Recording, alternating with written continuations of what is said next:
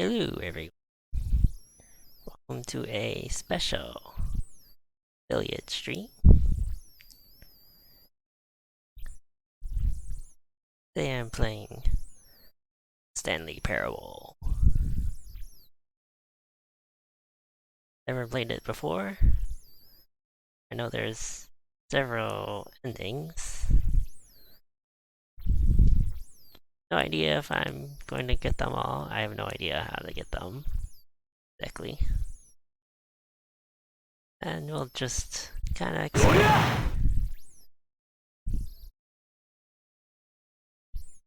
The Superior. Thank you for the raid. I think, was it Tekken 7? How was that?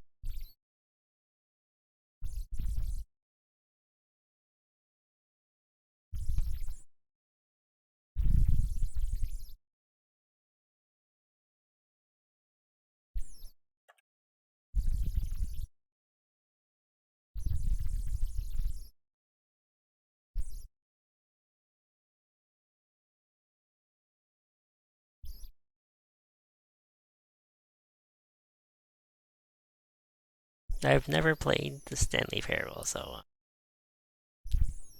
no idea what I'm going to be doing here.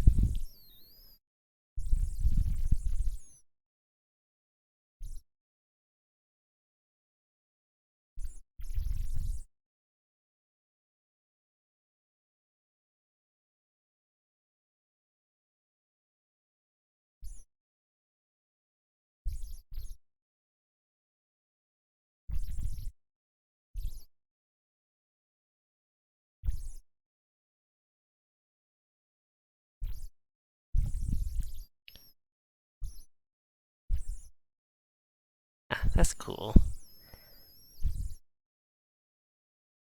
I played some of the previous Tekkens, and for the most part, I just didn't know what I was doing.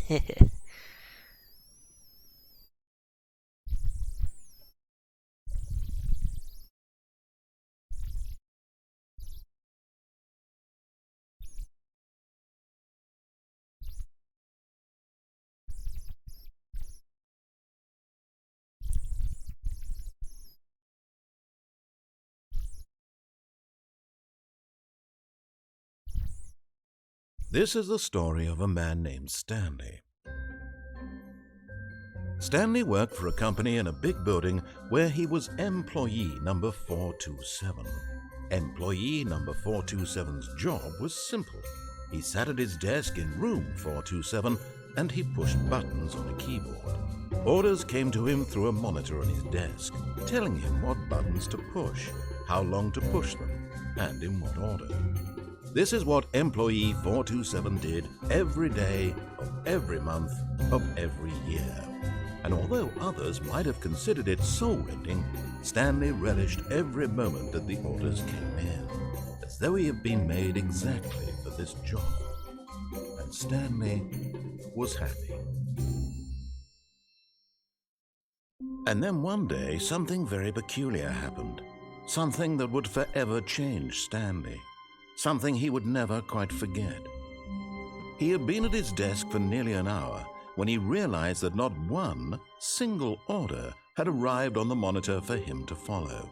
No one had showed up to give him instructions, call a meeting, or even say hi.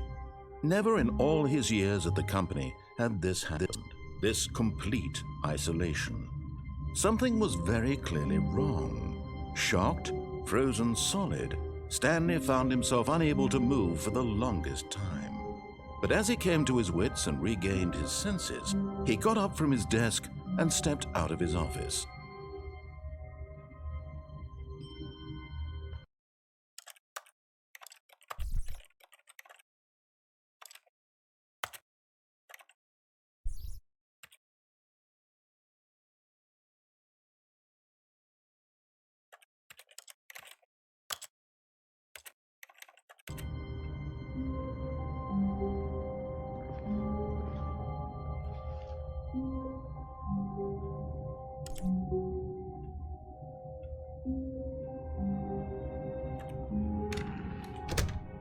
But Stanley simply couldn't handle the pressure.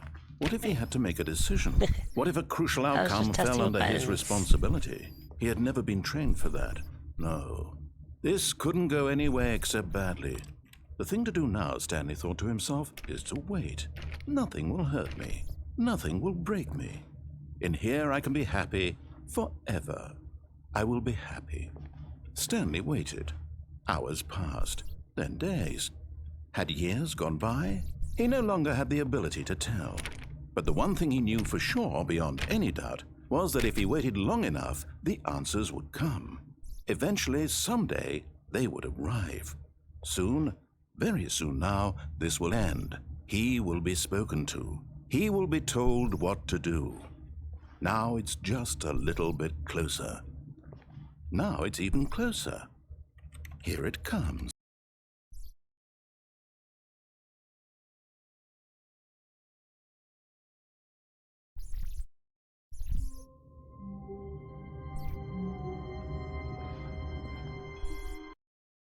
I should probably look at my buttons. Oh, we got a duck.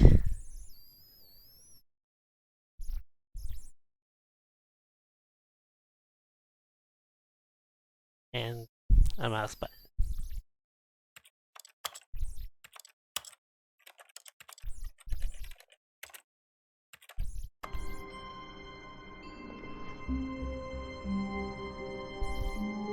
I can teabag.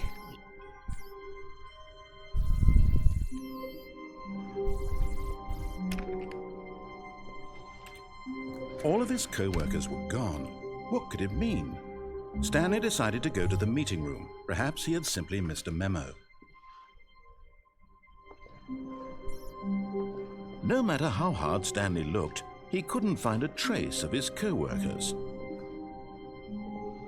Stanley went around touching every little thing in the office, but it didn't make a single difference, nor did it advance the story in any way.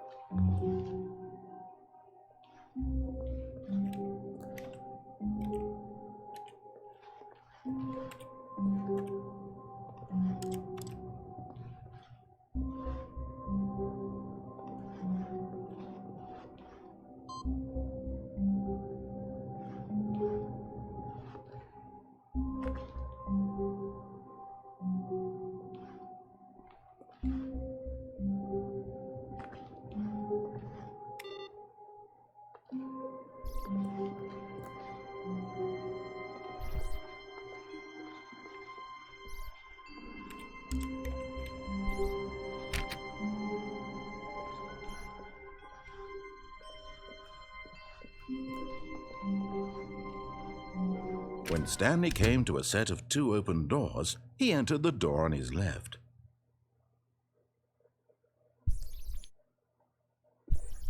Should I go left?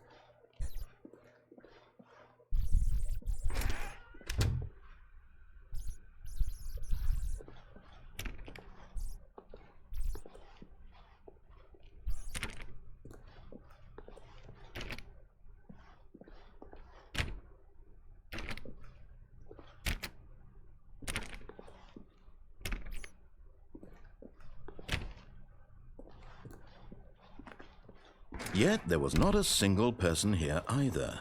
Feeling a wave of disbelief, Stanley decided to go up to his boss's office, hoping he might find an answer there.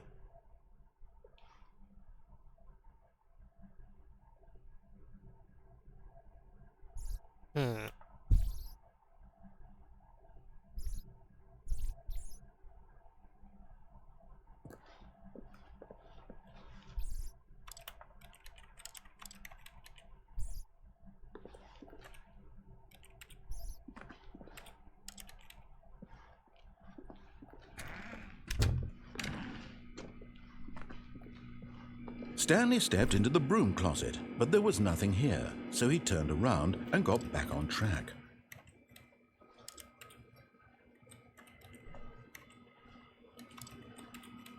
There was nothing here.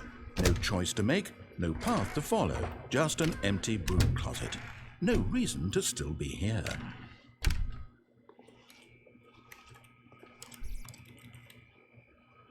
It was baffling that Stanley was still just sitting in the broom closet.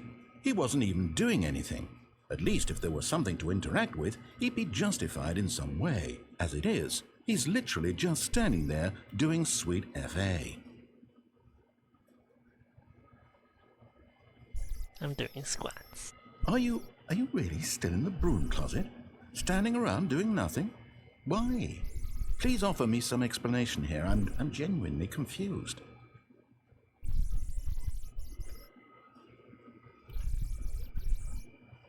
You do realize there's no choice or anything in here, right? If I'd said Stanley walked past the broom closet, at least you would have had a reason for exploring it to find out.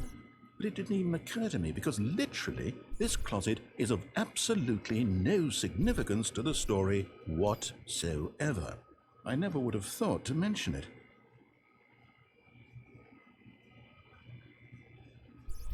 Maybe to you this is somehow its own branching path. Maybe when you go talk about this with your friends, you'll say, "Oh, did you get the broom closet ending? The broom closet ending was my favorite." I hope your friends find this concerning. Chat, how do you feel about Stanley was fat and ugly and really, really stupid. He probably only got the job because of a family connection. That's how stupid he is. That or with drug money. Also, Stanley is addicted to drugs and hookers. Well, I've come to a very definite conclusion about what's going on right now. You're dead. You got to this broom closet, explored it a bit, and were just about to leave because there's nothing here, when a physical malady of some sort shut down your central nervous system and you collapsed on the keyboard. Well, in a situation like this, the responsible thing is to alert someone nearby so as to ensure that your body is taken care of before it begins to decompose. Hello, anyone who happens to be nearby. Happy anniversary, PHNX. Is dead. He or she has fallen prey to any number of your countless human physiological vulnerabilities. It's indicative of the long-term sustainability of your species. Please remove their corpse from the area and instruct another human to take their place at the computer, making sure they understand basic first-person video game mechanics and filling them in on the history of narrative tropes in video gaming, so that the irony and insightful commentary of this game is not lost on them. All right, when you've done that, just step out into the hallway. Hey man, how's it going? Thank you for the 2 years.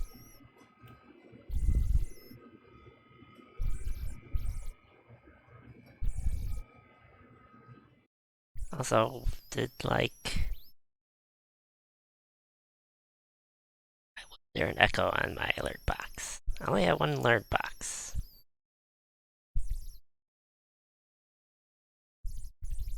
Well, I'll take a look into it later.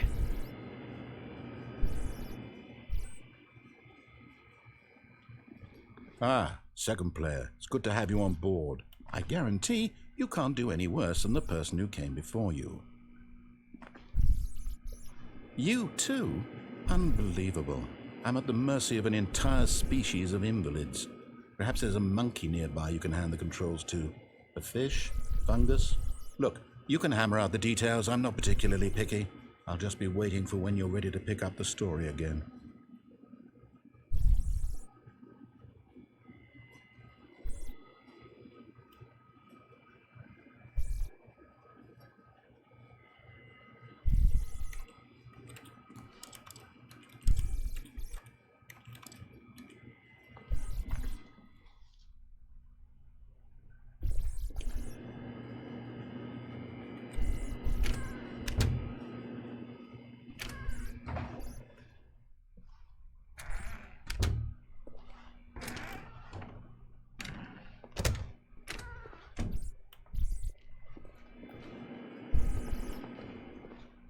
There's no reaction to the broom crossing. I guess we should keep on Coming to going. a staircase, Stanley walked upstairs to his boss's office.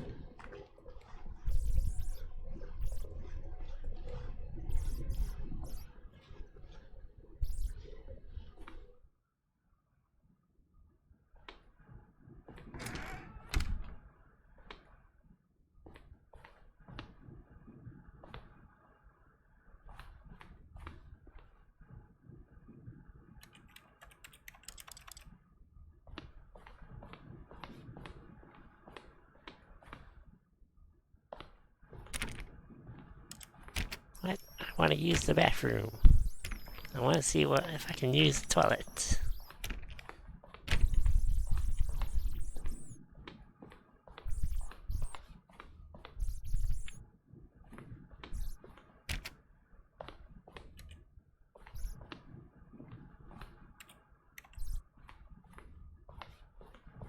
Stepping into his manager's office, Stanley was once again stunned to discover not an indication of any human life. Shocked, unraveled, Stanley wondered in disbelief who orchestrated this, what dark secret was being held from him. What he could not have known was that the keypad behind the boss's desk guarded the terrible truth that his boss had been keeping from him. And so the boss had assigned it an extra secret PIN number, 2845. But of course, Stanley couldn't possibly have known this.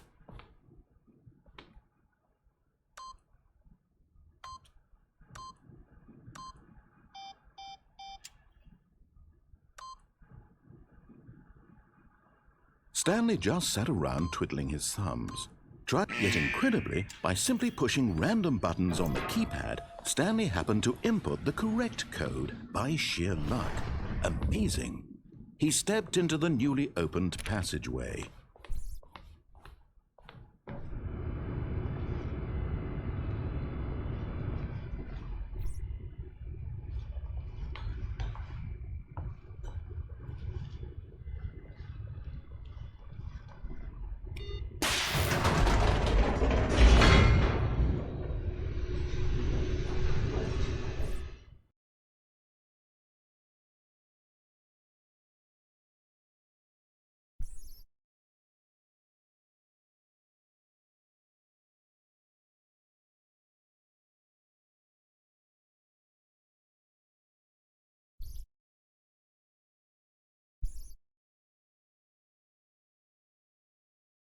Descending deeper into the building, Stanley realized he felt a bit peculiar.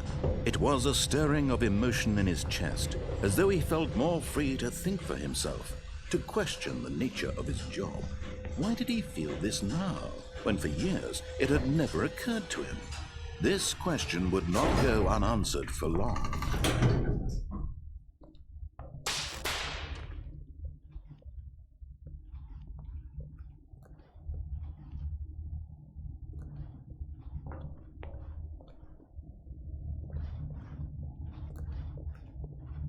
Stanley walked straight ahead through the large door that read Mind Control Facility.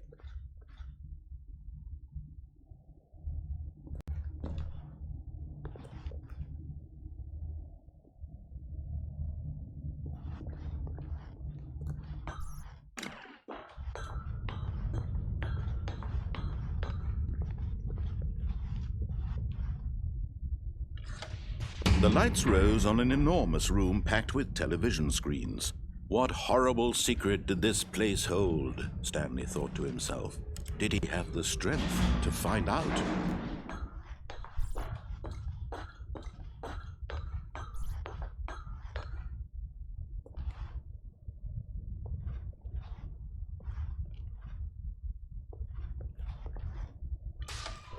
Now the monitors jumped to life, their true nature revealed. Each bore the number of an employee in the building, Stanley's co-workers. The lives of so many individuals reduced to images on a screen, and Stanley, one of them, eternally monitored in this place where freedom meant nothing.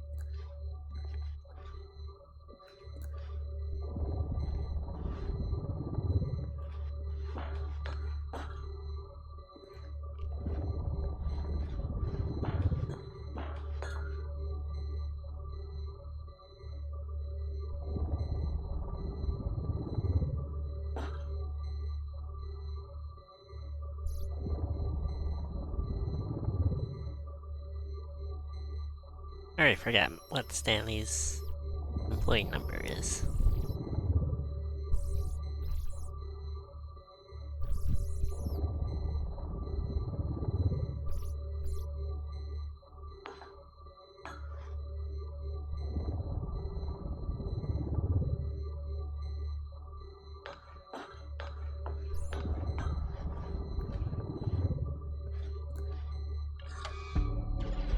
This mind control facility, it was too horrible to believe. It couldn't be true.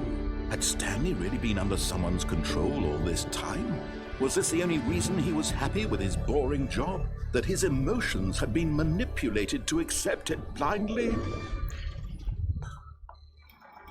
No, he refused to believe it. He couldn't accept it. His own life in someone else's control? Never! It was unthinkable, wasn't it? Was it even possible? Had he truly spent his entire life utterly blind to the world? But here was the proof, the heart of the operation. Controls labeled with emotions, happy or sad or content, walking, eating, working, all of it monitored and commanded from this very place. And as the cold reality of his past began to sink in, Stanley decided that this machinery would never again exert its terrible power over another human life, for he would dismantle the controls once and for all.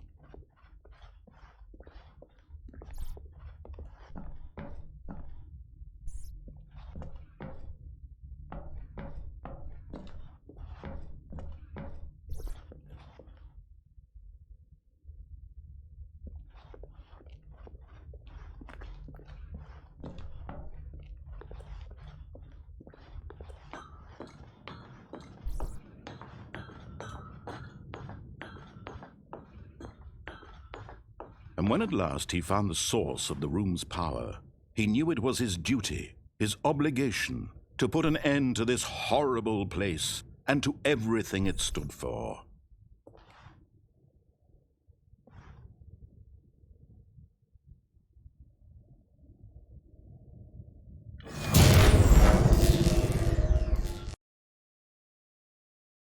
Yay.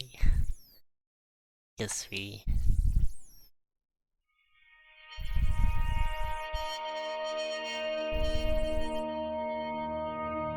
did what the narrator Blackness said. and a rising chill of uncertainty. Was it over?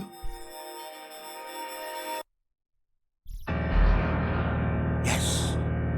He had won. He had defeated the machine, unshackled himself from someone else's command. Freedom was mere moments away. And yet, even as the immense door slowly opened, Stanley reflected on how many puzzles still lay unsolved. Where had his co-workers gone? How had he been freed from the machine's grasp? What other mysteries did this strange building hold? But as sunlight streamed into the chamber, he realized none of this mattered to him, for it was not knowledge or even power that he had been seeking, but happiness. Perhaps his goal had not been to understand, but to let go. No longer would anyone tell him where to go, what to do, or how to feel. Whatever life he lives, it will be his. And that was all he needed to know. It was perhaps the only thing worth knowing. Stanley stepped through the open door. Stanley felt the cool breeze upon his skin, the feeling of liberation, the immense possibility of the new path before him. This was exactly the way, right now, that things were meant to happen. And Stanley was happy.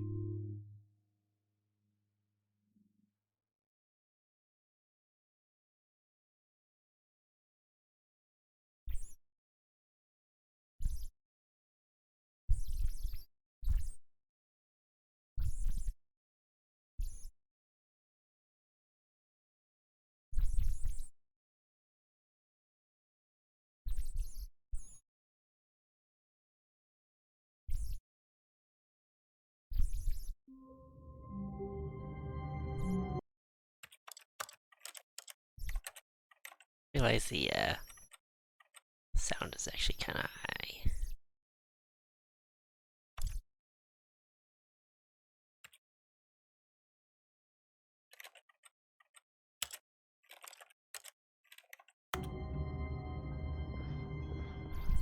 Wait, Stanley thought to himself. Am I sure that the orders stopped coming in? How is that possible? They never stopped. Surely I was mistaken.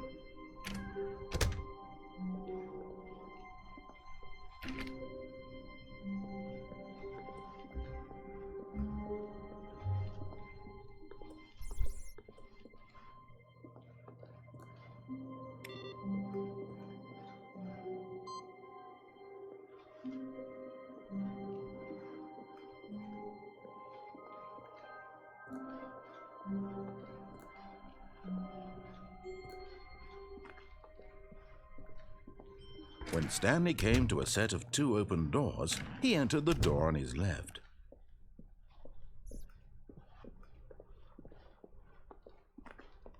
Yet there was not a single person here either.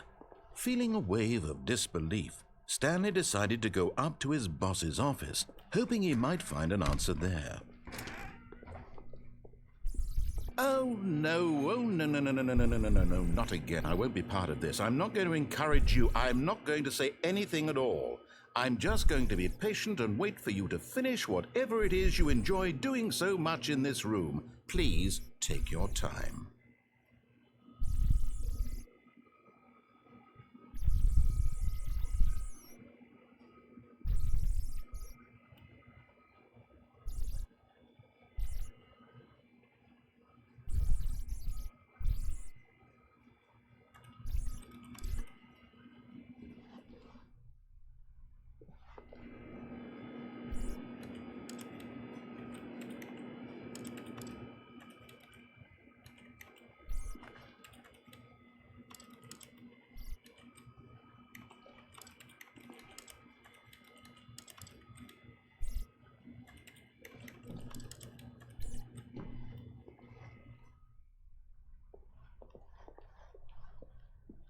Coming to a staircase, Stanley walked upstairs to his boss's office.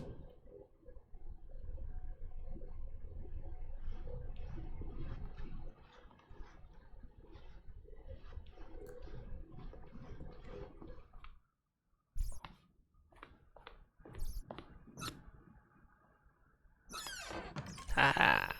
Yay!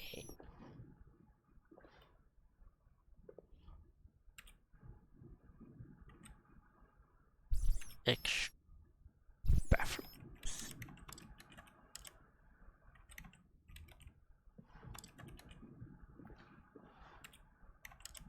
I can't do anything here.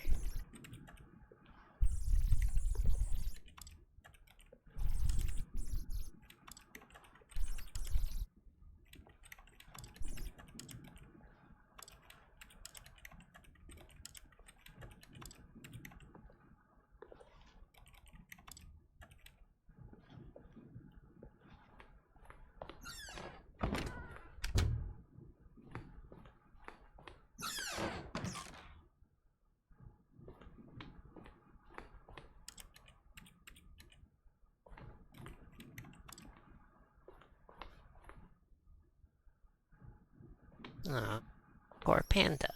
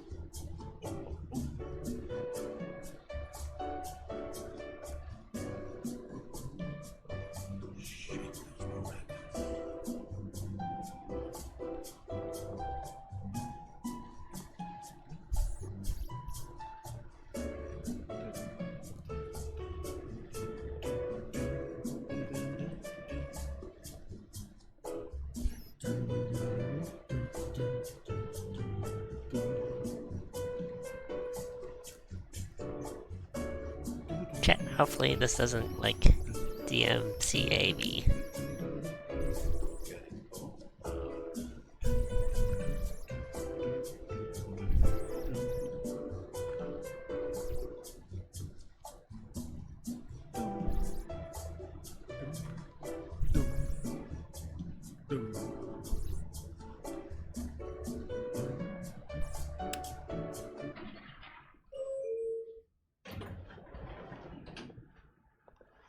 What?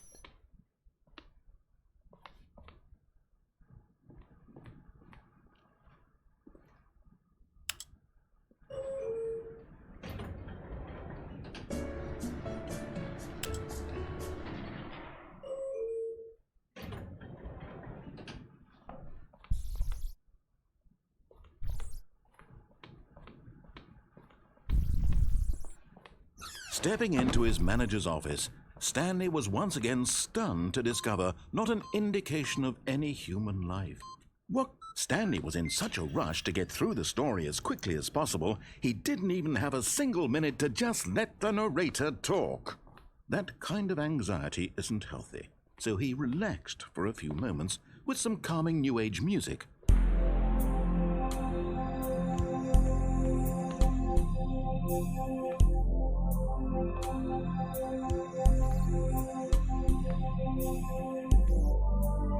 Feeling soothed and rejuvenated, Stanley calmly walked forward into the opened passageway.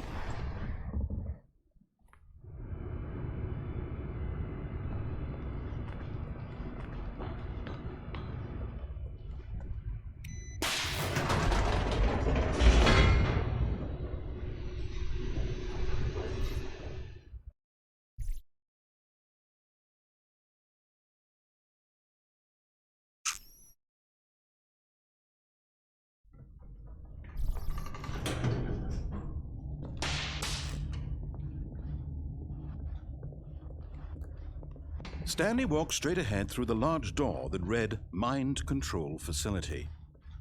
Says you. Although this passageway had the word escape written on it, the truth was that at the end of this hall, Stanley would meet his violent death.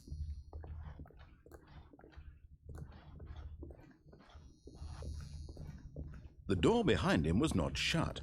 Stanley still had every opportunity to turn around and get back on track. At this point, Stanley was making a conscious, concerted effort to walk forward and willingly confront his death.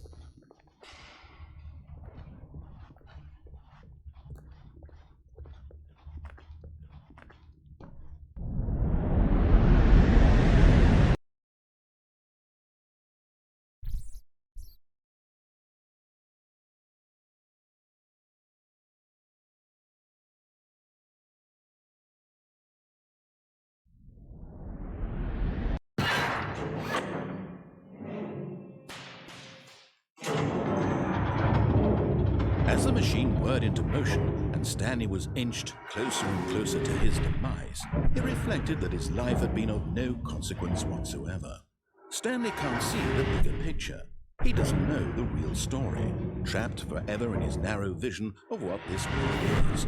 Perhaps his death was of no great loss, like plucking the eyeballs from a blind man. So he resigned and willingly accepted this violent end to his brief and shallow life. Ah, where's my jump button?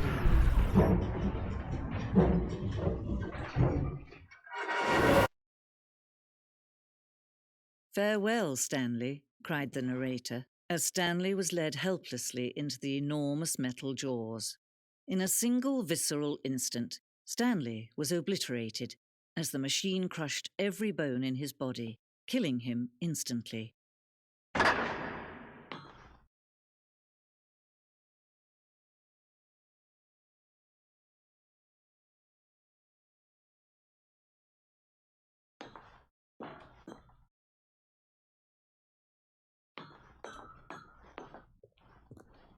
And yet it would be just a few minutes before Stanley would restart the game, back in his office, as alive as ever. What exactly did the narrator think he was going to accomplish? When every path you can walk has been created for you long in advance, Death becomes meaningless, making life the same. Do you see now? Do you see that Stanley was already dead from the moment he hit start?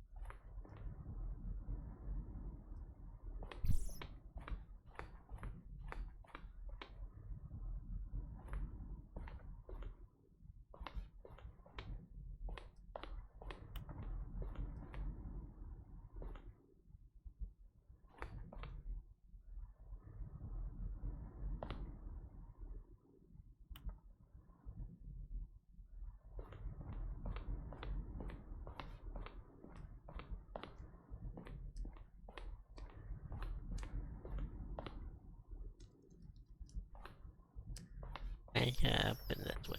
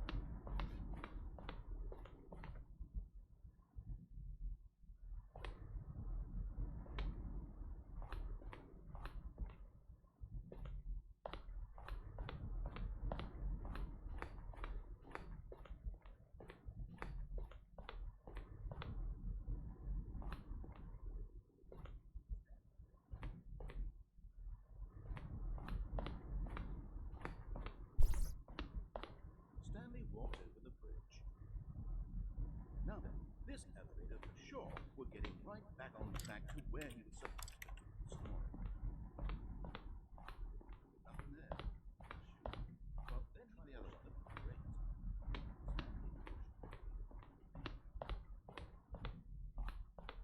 Stanley pushed the big red button.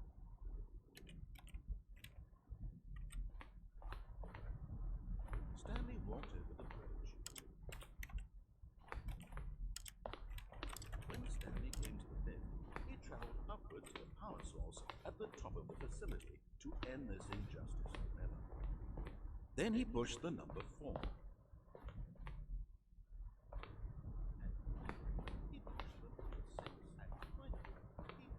the number 9. Stanley stood on the side.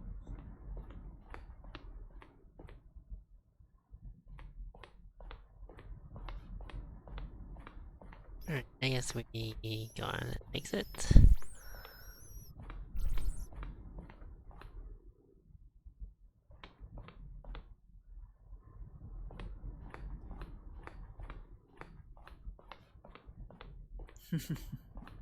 Oh, look at these two. How they wish to destroy one another. How they wish to control one another. How they both wish to be free.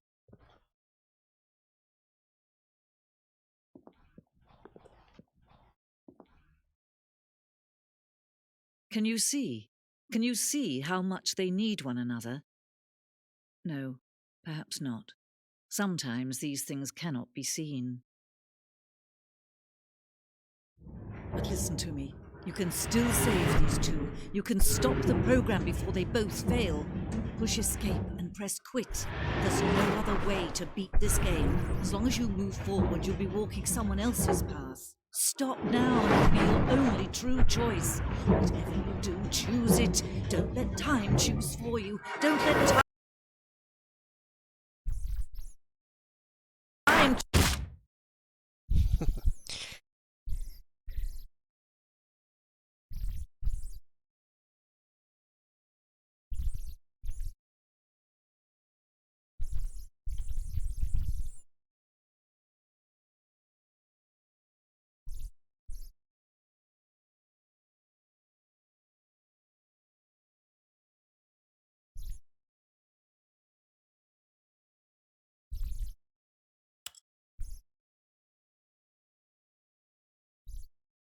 Well, I guess I really do have to begin this game again. Huh.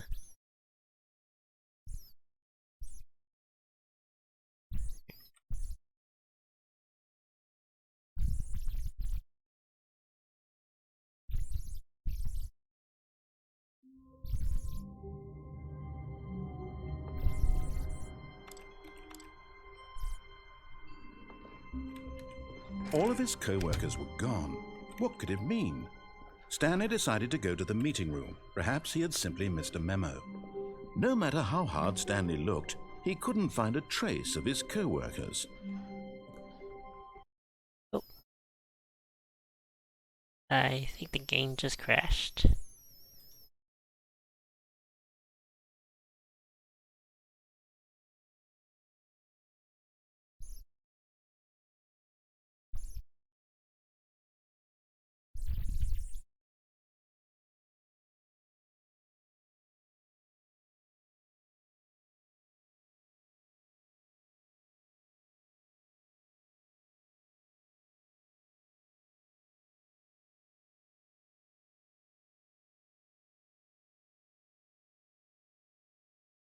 No, I haven't.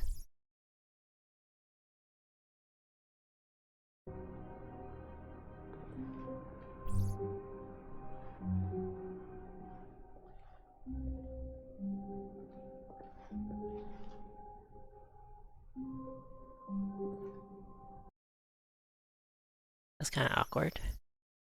Not sure what happened. Well,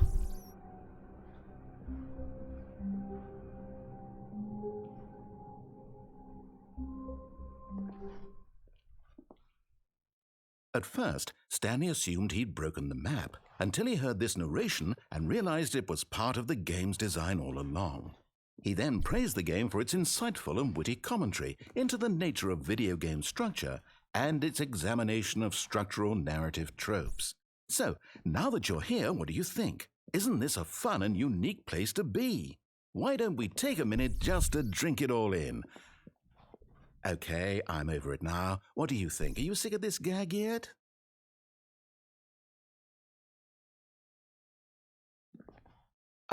yeah. Then in that case, we'll continue. But now, here comes the real question. What do you think would have happened if you had told me that you wanted this to stop? Do you think it would have been particularly different? Would I have taken the same idea but rephrased it superficially to fit that answer? Perhaps you never would even have thought of it if I hadn't brought up the issue in the first place. Oh, now think about it. Will it be worth it for you to restart and then come back here just to do the other option? Clearly, this whole gag takes some time. What if the other option is even longer? How long will you spend in total just to have heard all the narration? Oh, and this is rich. Perhaps you've just played the other option, and now you've come to see what happens in this one. So, what do you think? Which choice was the better one? Imagine if you had selected Continue on your first playthrough, how tantalizing it would be not knowing what happens when you pick the other option. Indeed, you are one of the lucky ones. Though if the other option is really miserable to listen to, then perhaps you're not. In fact, I'm just going to say that no one who's listening to this is lucky. Well now, I've built up the other option so much that I'm going to stop talking and leave you to your decision whether to come back here, continue with the game, or just sit in this spot forever and ever. Cheers.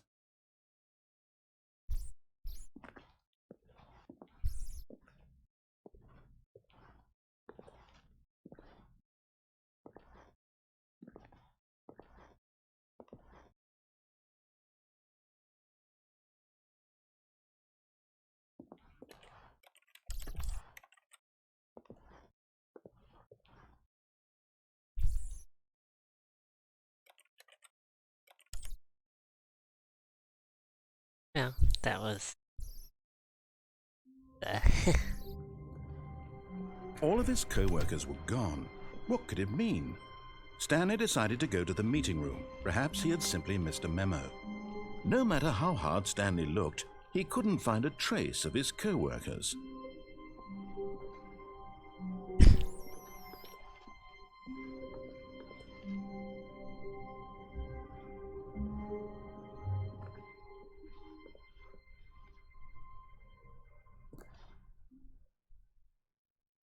At first, Stanley assumed he'd broken the map until he heard this narration and realized it was part of the game's design all along.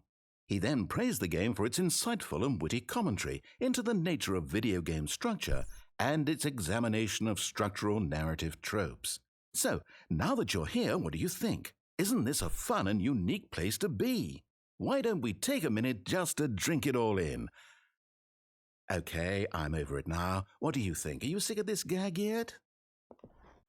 Well, I don't know how to say this politely, but you could literally just hit escape and restart the game any old time you want, like right now. You could have done it just then. Now would also be an appropriate time to quit. Any of these points and so many, many more, all of them are appropriate. I'm enjoying what seems to be an internal conflict going on where you are literally unable to act on your own desires to restart the game. So, just to push the envelope, I'm going to try and make this as miserable as possible and see how long you can maintain. There once was a man named Stanley, who people considered so manly. But the truth must be told, he was not very old and was quite particularly gangly. What Stanley liked most was buttons. He pushed them like some kind of glutton. He did it all day in a meaningful way, but his brain had long ceased to function. Which is why he is in this parable and lives an existence quite terrible. And if you are not strong and keep playing along, you too will become quite unbearable. Yes. You too will become quite unbearable.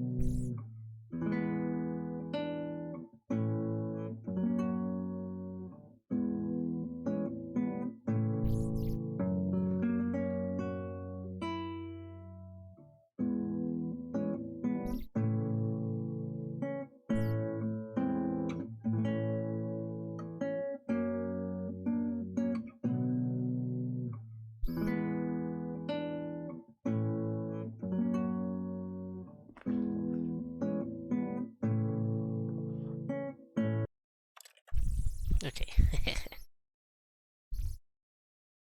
I think I've had enough about that one. All of his co-workers were gone. What could it mean? Stanley decided to go to the meeting room. Perhaps he had simply missed a memo.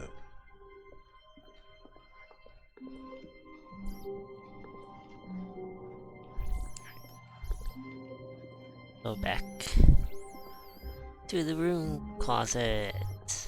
When Stanley came to a set of 2 open doors, he entered the door on his left.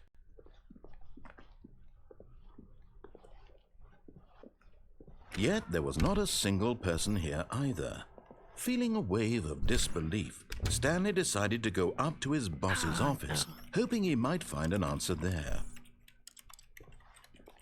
Now the broom closet's closed.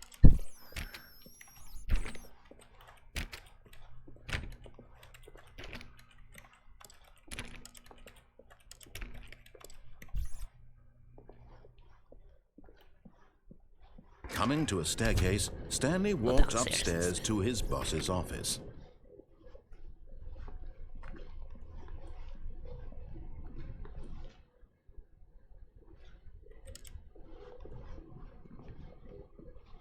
But Stanley just couldn't do it. He considered the possibility of facing his boss, admitting he had left his post during work hours. He might be fired for that. And in such a competitive economy, why had he taken that risk? All because he believed everyone had vanished? His boss would think he was crazy. And then something occurred to Stanley. Maybe, he thought to himself, maybe I am crazy. All of my co-workers blinking mysteriously out of existence in a single moment for no reason at all? None of it made any logical sense. And as Stanley pondered this, he began to make other strange observations. For example, why couldn't he see his feet when he looked down? Why did doors close automatically behind him wherever he went? And for that matter, these rooms were starting to look pretty familiar. Were they simply repeating? No, Stanley said to himself, this is all too strange. This can't be real. And at last, he came to the conclusion that had been on the tip of his tongue. He just hadn't found the words for it. I'm dreaming, he yelled. This is all a dream. Oh, what a relief Stanley felt to have finally found an answer, an explanation. His co-workers weren't actually gone. He wasn't going to lose his job. He wasn't crazy after all. And he thought to himself, I suppose I'll wake up soon. I'll have to go back to my boring real-life job pushing buttons. I may as well enjoy this while I'm still lucid. So he imagined himself flying and began to gently float above the ground. Then he imagined himself soaring through space on a magical starfield, and it too appeared. It was so much fun, and Stanley marveled that he had still not woken up. How was he remaining so lucid? And then perhaps the strangest question of them all entered Stanley's head. One he was amazed he hadn't asked himself sooner. Why is there a voice in my head dictating everything that I'm doing and thinking? Now the voice was describing itself being considered by Stanley, who found it particularly strange. I'm dreaming about a voice describing me, thinking about how it's describing my thoughts, he thought. And while he thought it all very odd and wondered if this voice spoke to all people in their dreams, the truth was that, of course, this was not a dream. How could it be? Was Stanley simply deceiving himself, believing that if he's asleep he doesn't have to take responsibility for himself? Stanley is as awake right now as he's ever been in his life. Now, hearing the voice speak these words was quite a shock to Stanley. After all, he knew for certain, beyond a doubt, that this was in fact a dream.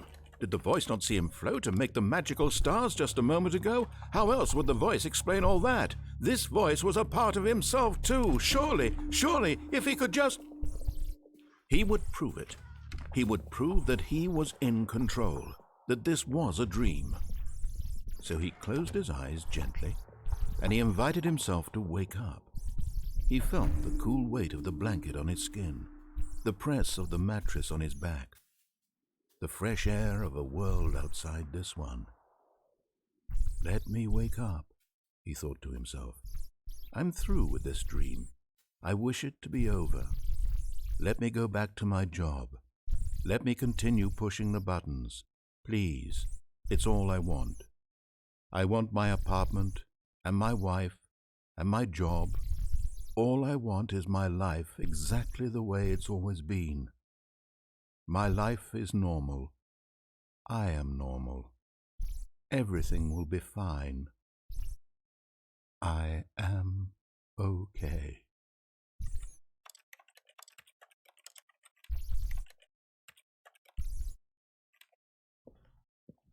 Stanley began screaming. Please, someone, wake me up. My name is Stanley. I have a boss. I have an office. I am real. Please, just someone tell me I am real. I must be real. I must be. Can anyone hear my voice? Who am I? Who am I? And everything went black.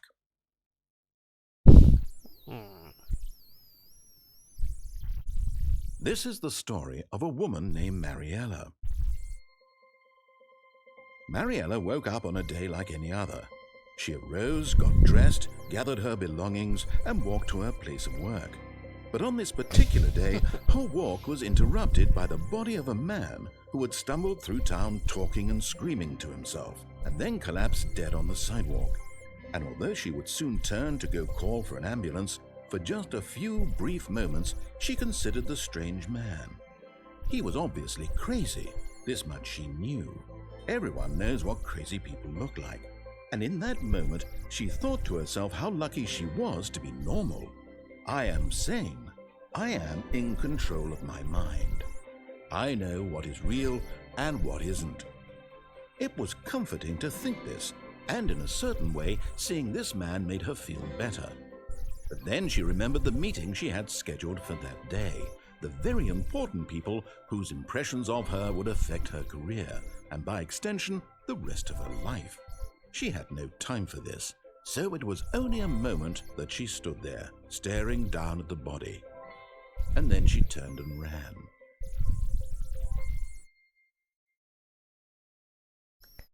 Any fun endings yet? Well, we went through the window. That was actually kind of disappointing. The broom closet ending is my favorite. Let's see.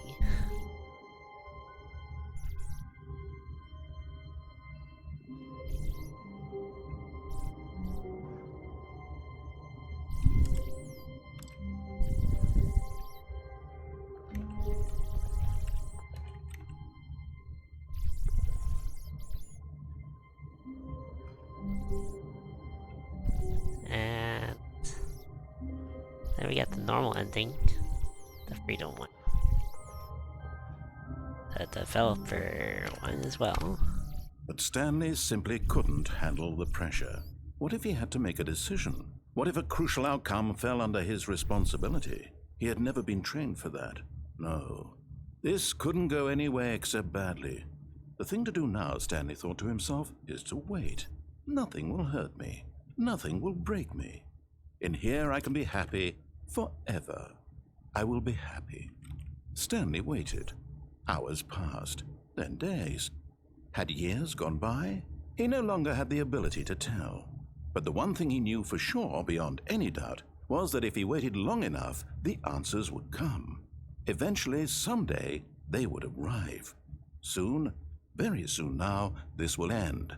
He will be spoken to. He will be told what to do. Now it's just a little bit closer. Now it's even closer. Here it comes.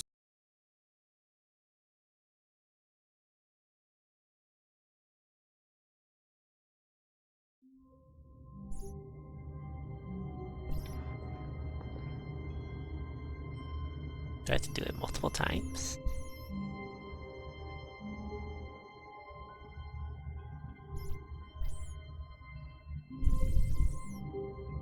Or the narrator will get sick of me doing this.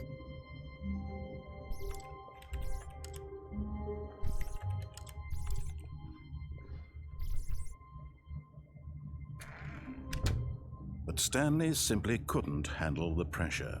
What if he had to make a decision? What if a crucial outcome fell under his responsibility? He had never been trained for that. No. This couldn't go any way except badly. The thing to do now, Stanley thought to himself, is to wait. Nothing will hurt me. Nothing will break me. In here I can be happy forever. I will be happy. Stanley waited. Hours passed, then days. Had years gone by? He no longer had the ability to tell.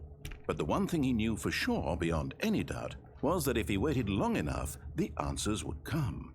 Eventually, someday, they would arrive. Soon, very soon now, this will end. He will be spoken to. He will be told what to do.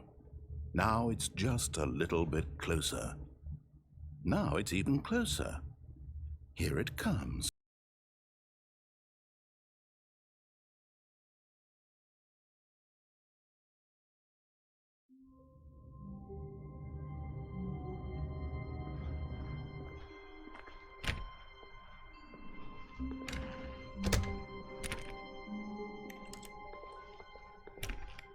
Someone was following Stanley. He was sure of it. If he checked over his shoulder now, he would surely catch them. It was only a matter of time.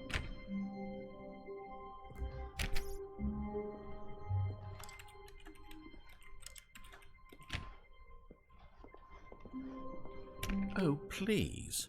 Are you really just doing this for the achievement? Click a door 5 times. Is that all that you think an achievement is worth? No. I can't just give these merits away for such little effort. A measly 5 clicks.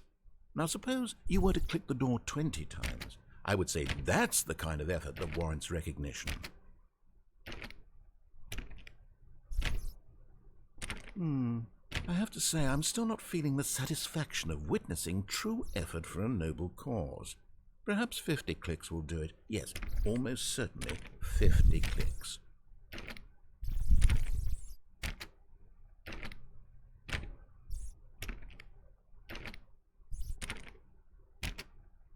No, I'm still not feeling it. I want this achievement to have meant something. It has to be a true reward for valiant effort. I want to see some hustle, Stanley. I want to see commitment, a willingness to go all the way, no matter what the cost. Why don't you go put 20 clicks into door number 417? 417. Go find 417.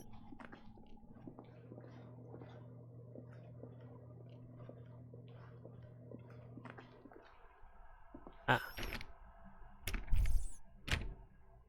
Oh, great. Now, go click a few times on door 437. 437. Ah. Which one?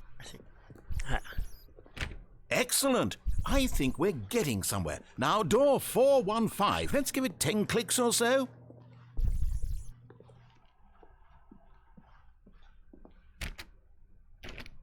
Now, back to door number 437.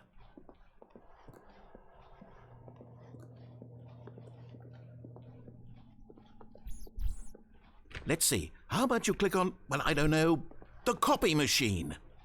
All right, back to room 417. I'm really feeling it now. I think we're getting somewhere.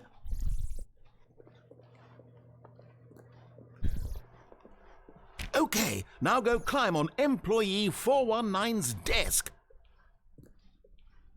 Which...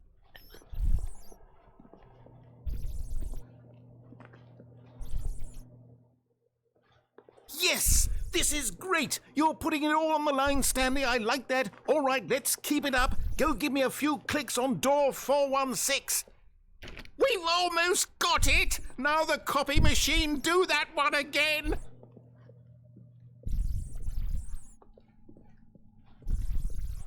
Finish it off, Stanley! 5 clicks on door 430!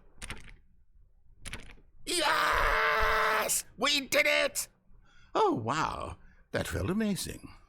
Oh, you really earned it, Stanley. Nothing could hold you back. Yes, I'm very proud of how far we've come today. Just think, only a few minutes ago you believed an achievement was worth 5 little clicks. Really now, what were you thinking?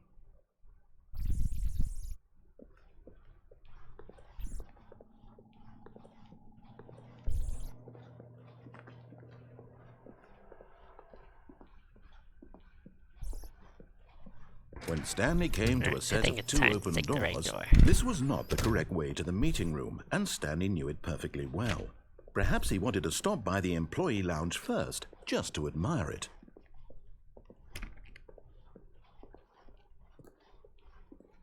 Ah, yes, truly a room worth admiring. It had really been worth the detour after all, just to spend a few moments here in this immaculate, beautifully constructed room. Stanley simply stood here, drinking it all in.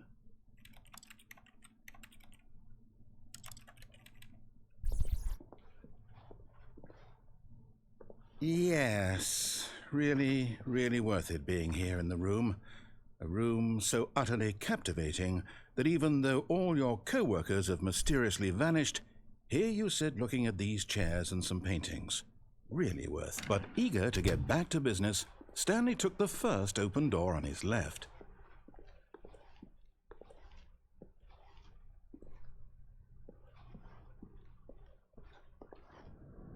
Stanley was so bad at following directions, it's incredible he wasn't fired years ago.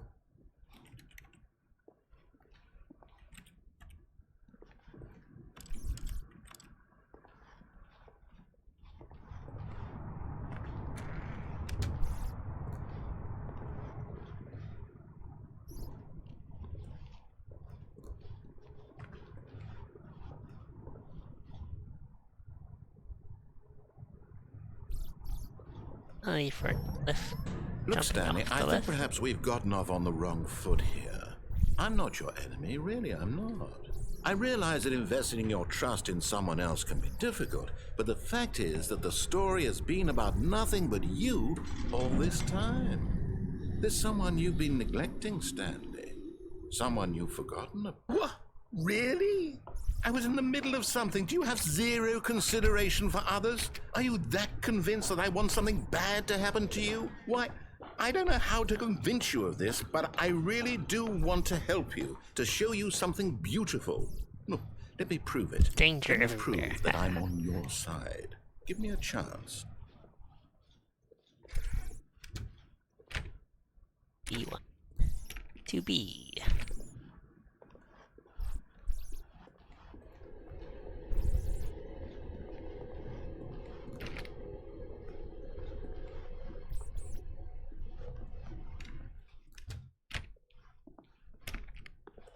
Now listen carefully, this is important.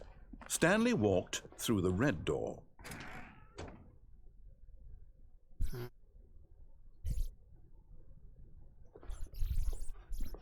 Aha, perhaps you misunderstood. Stanley walked through the red door.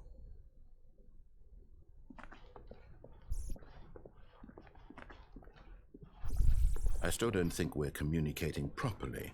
Stanley walked through the red door.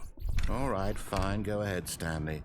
You want to know so badly what's out there? You want to find out what lies at the end of this road you've chosen? Well, don't let me stop you. You see? There's nothing here. I haven't even finished building this section of the map because you were never supposed to be here in the first place. Broken rooms, exposed developer textures. Is this what you had wanted? Was it worth ruining the entire story I had written out specifically for you? Do you not think I put a lot of time into that? Because I did. And in the end, it was all for nothing. Because this is what you wanted to see. Help me here, Stanley. Help elucidate these strange and unknowable desires of yours. What would have made this game better? What did you want to see? Vehicles? Skill trees? Work with me. You've given me absolutely nothing so far. Tell you what. Let me take a stab in the dark at a new design and you can give me some feedback. There we go. A third option.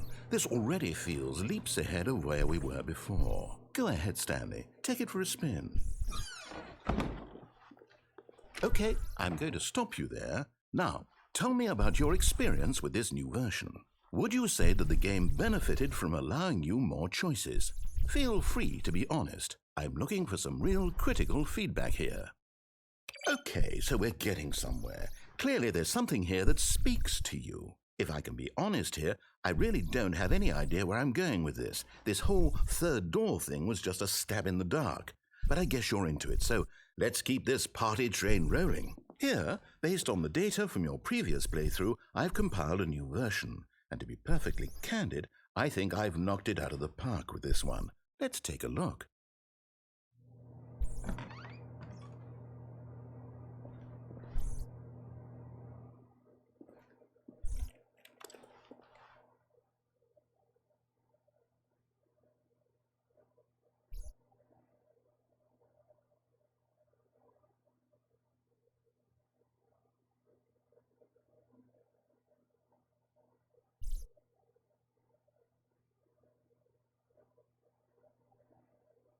What?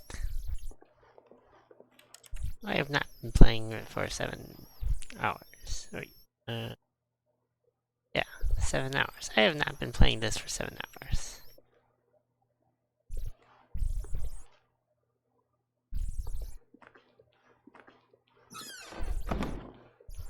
Now, would you say that competitive leaderboard helped you feel motivated to keep walking through doors? Again, honest answers, please.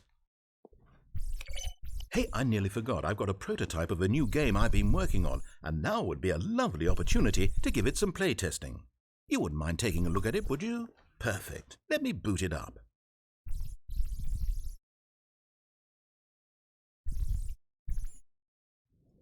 In this game, the baby crawls left towards danger. You click the button to move him back to the right, and if he reaches the fire, you fail. It's a very meaningful game, all about the desperation and tedium of endlessly confronting the demands of family life. I think the art world will really take notice. But of course, the message of the game only becomes clear once you've been playing it for about 4 hours. So why don't you give it 4 hours of play to make sure it's effective? Be sure to keep notes on your experience.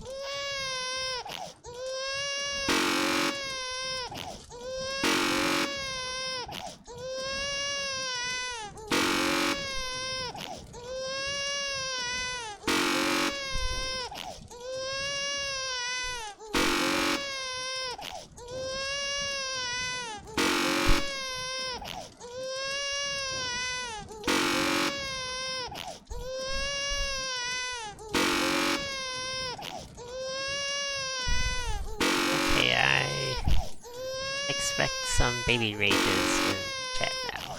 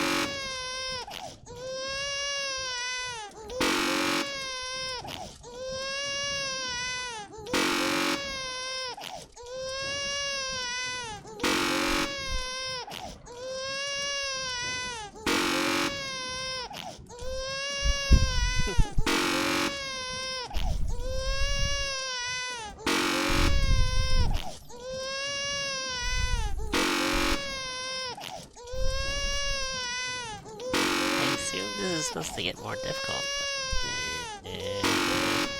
starting to wonder if I should just let the baby go into the fire.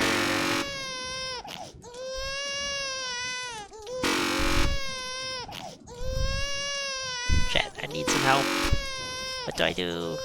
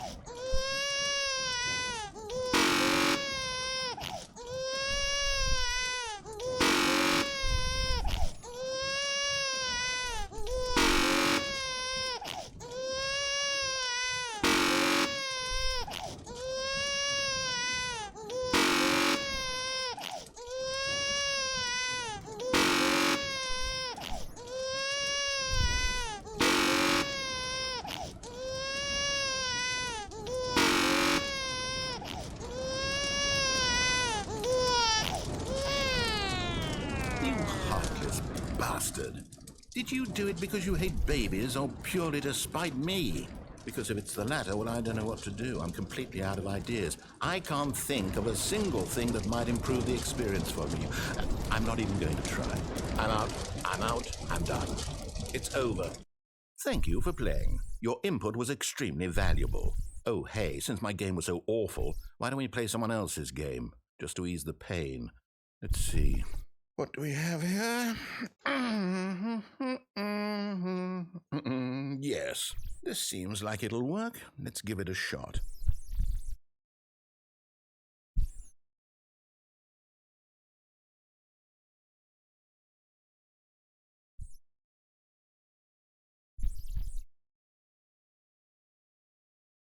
Well, Stanley, is this any better? At last, the one thing you've always desired. A game I had Can't absolutely jump, nothing to do with. But is it enough? Tell me that, Stanley. Will it ever can't be jump. enough? Well, I'll say this. I'm done making things for you. From now on, I will only create to fulfill a greater artistic purpose. Watch this, Stanley. I'm going to build a house.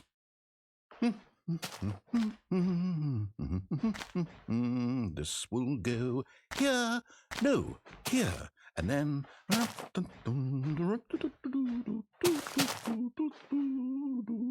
Let's see, what does it need? Yes, of course, and just to finish it all off, yes, it's complete.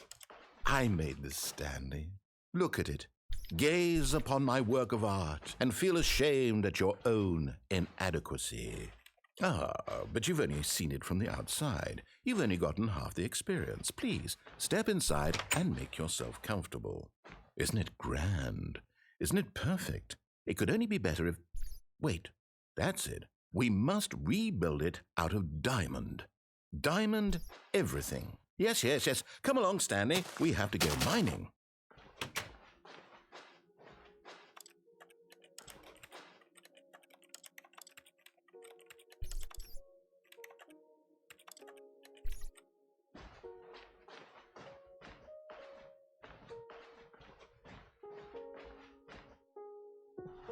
Oh my, it looks like it's going to get a bit dark. Have you brought a light?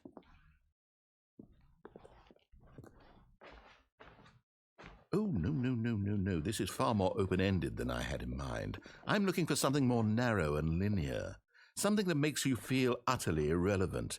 This won't do at all. 1 out of 5. Even the diamonds couldn't save this one. Okay, new game.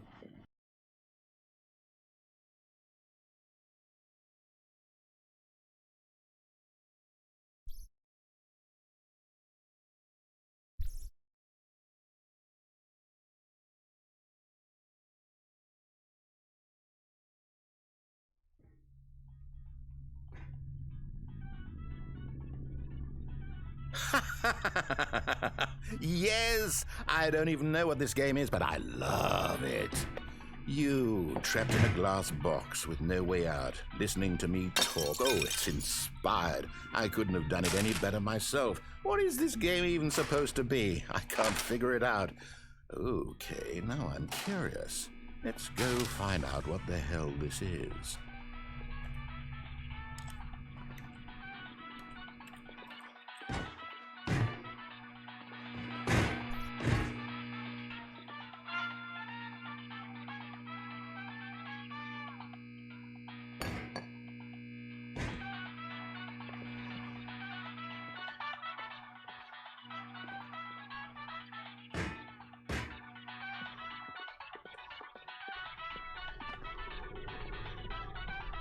Oh, it's a puzzle. Critical thinking, Stanley. Your forte. Genius.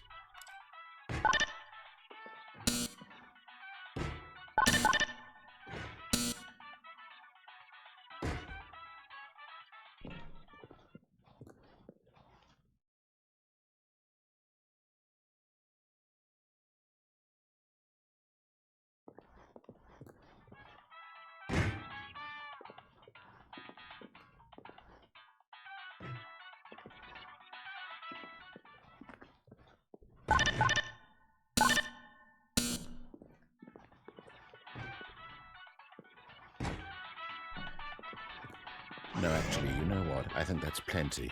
I really don't care much to see you stumble through any more of these games, and I highly doubt you're any wiser.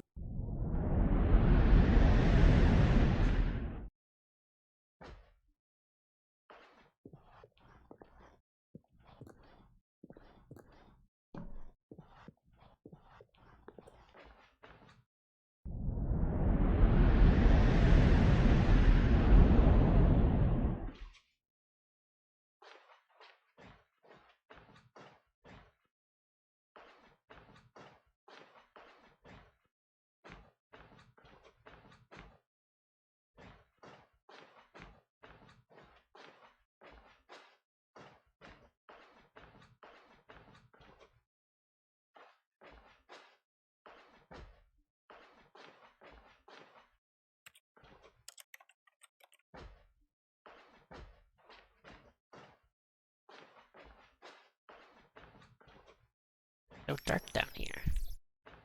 Can't see a thing.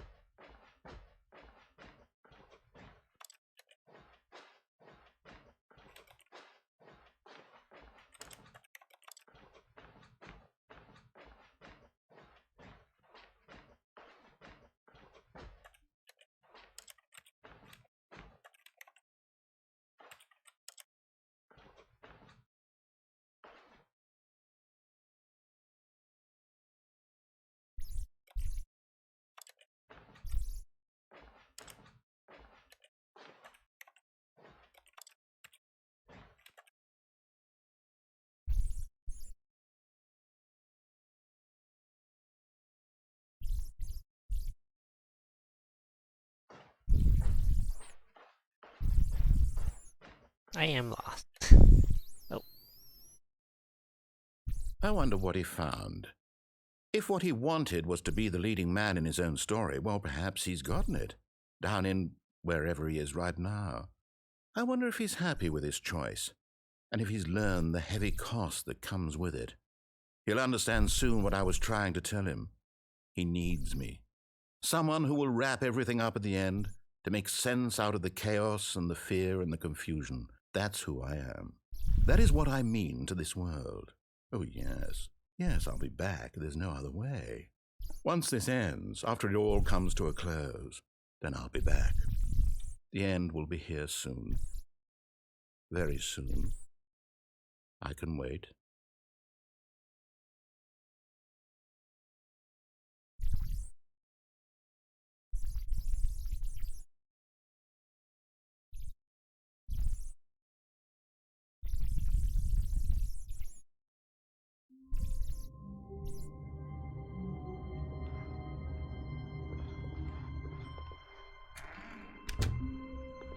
All of his co-workers were gone. What could it mean? Stanley decided to go to the meeting room. Perhaps he had simply missed a memo.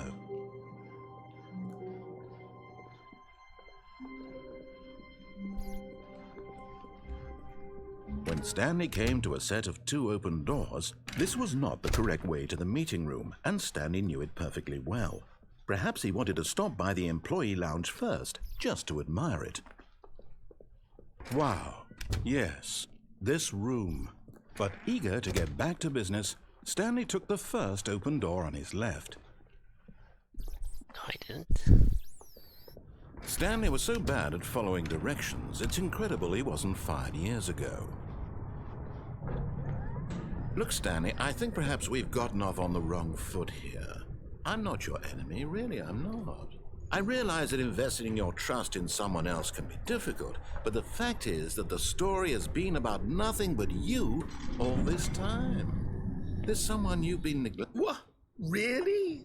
I was in the middle of something. Do you have zero consideration for others? Are you that convinced that I want something bad to happen to you? Why, I don't know how to convince you of this, but I really do want to help you, to show you something beautiful.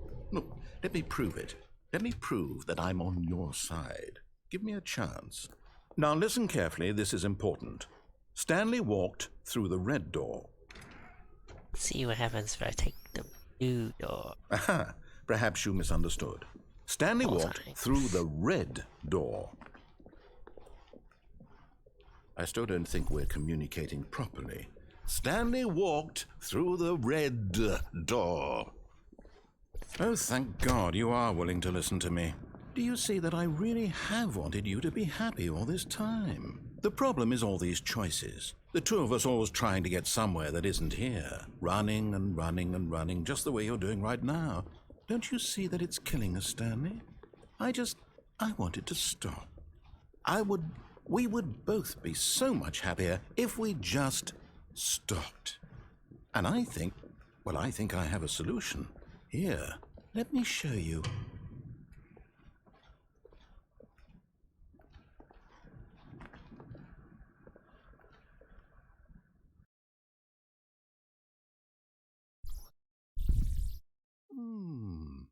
What do we want? What are we looking for?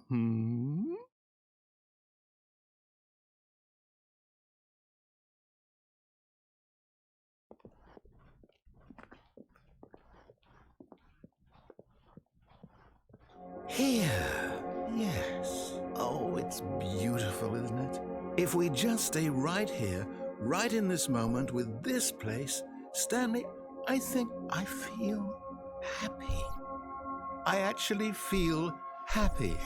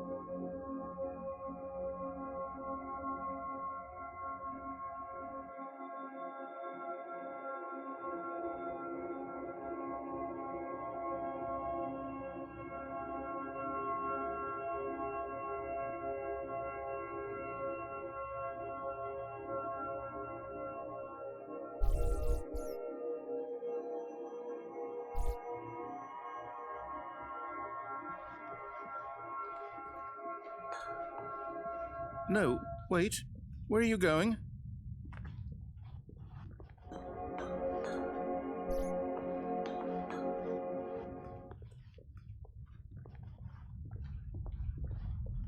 Oh no. Stay away from those stairs. If you hurt yourself, if you die, the game will reset. We'll lose all of this.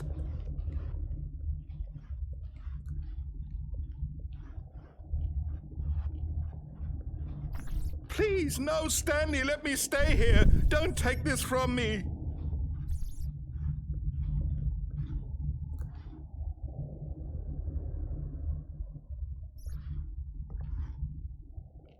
Huzzah! No! Uh, Oh, thank God. You lived. You had me worried there for a moment. Now, can we please get back to the other room? Yay! There. See? This is what you want. This is where we can both be happy. We really can. If we stop moving, we just have to stop moving.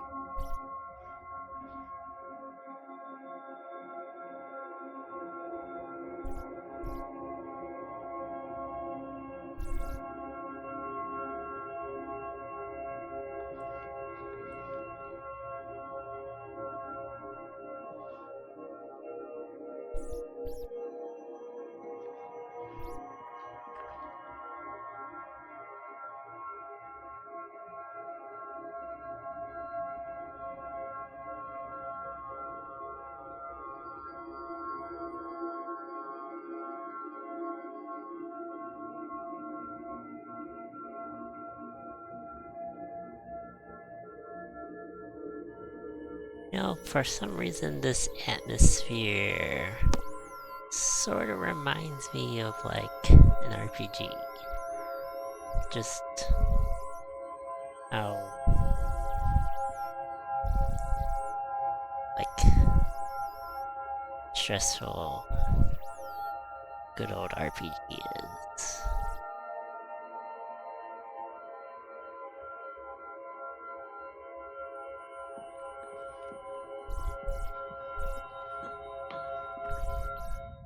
Stanley, go back. There's nothing good that can come from this. No. No. What do you just not believe me? What can I say to convince you?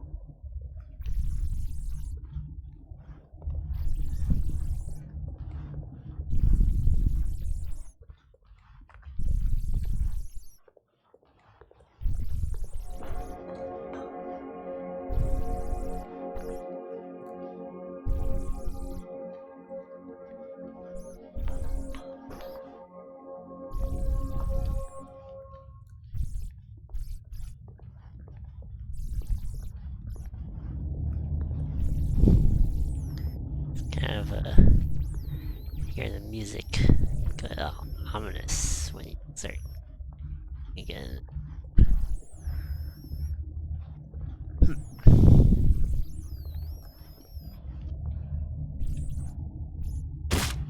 Stanley, let's go back to the other room. Yes, perhaps you can. Perhaps you finally see what I'm talking about. I know you'll see that we can't be happy if we leave this place. You can see that, can't you? Alright, back to the other place. Just kind of exhausting the different dialogue boxes. No, perhaps not.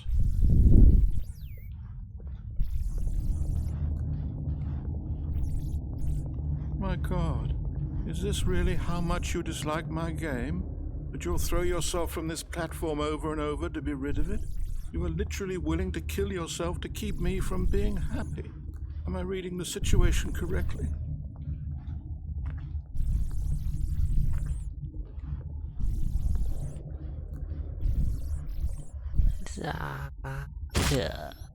Or maybe you're just getting a kick out of it.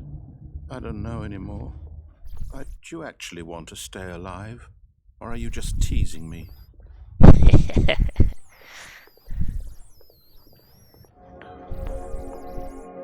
wanted us to be happy here, Stanley.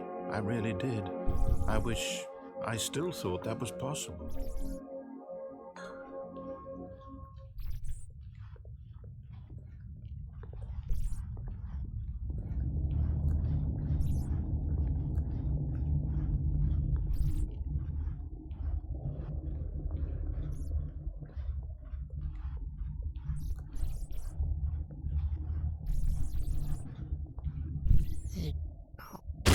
Is it over?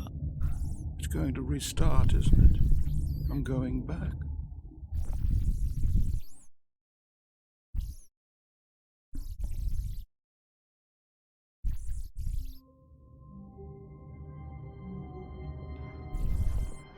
How wonderful.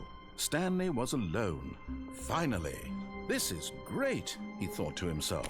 This is what I've wanted all along. I got what I wanted.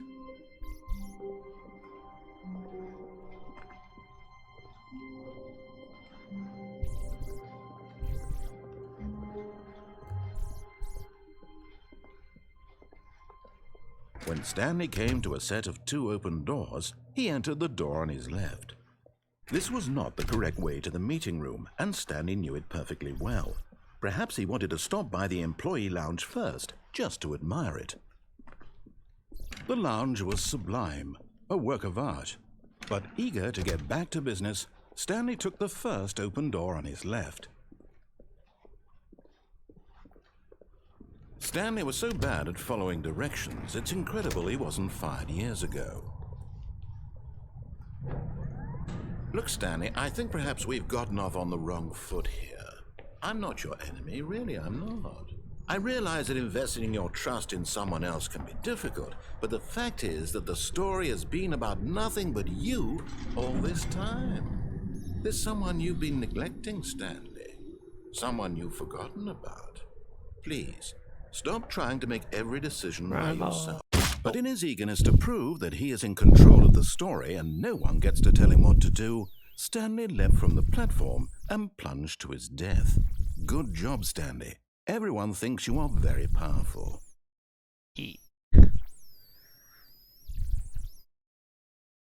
Powerful. All of his co-workers were gone. What could it mean? Stanley decided to go to the meeting room. Perhaps he had simply missed a memo.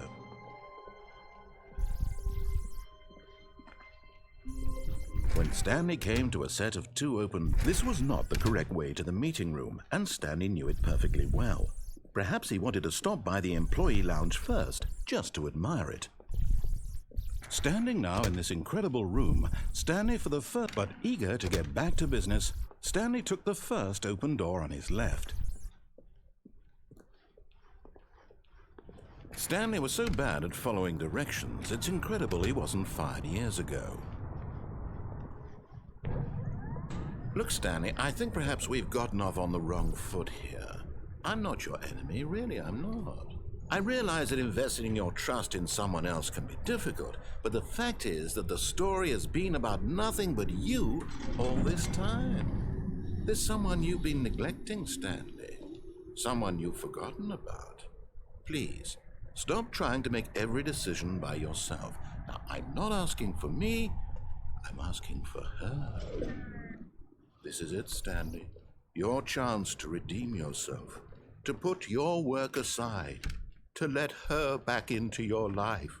She's been waiting. That's her, Stanley. You need to be the one to do this, to reach out to her. If you can truly place your faith in another, then pick up the phone. As Stanley picked up the phone, a white light engulfed him, filling him not just with radiance, but with hope. Hope for a life reunited one... Wait. Oh, goodness. Stanley, did you just unplug the phone? No, that wasn't supposed to be a choice. How did you do that? You actually chose incorrectly. I didn't even know that was possible. Let me double check. No, it's definitely here, clear as day. Stanley picks up the phone. He's taken to his apartment where he finds his wife, and the two pledge themselves to one another. Music comes in, fade to white, roll credits. Not picking up the phone is actually somehow an incorrect course of action. How is that even possible? None of these decisions were supposed to mean anything. I don't understand. How on earth are you making meaningful choices? What did you... Wait a second. Did I just see... No, that's not possible. I can't believe it. How had I not noticed it sooner? You're not Stanley. You're a real person.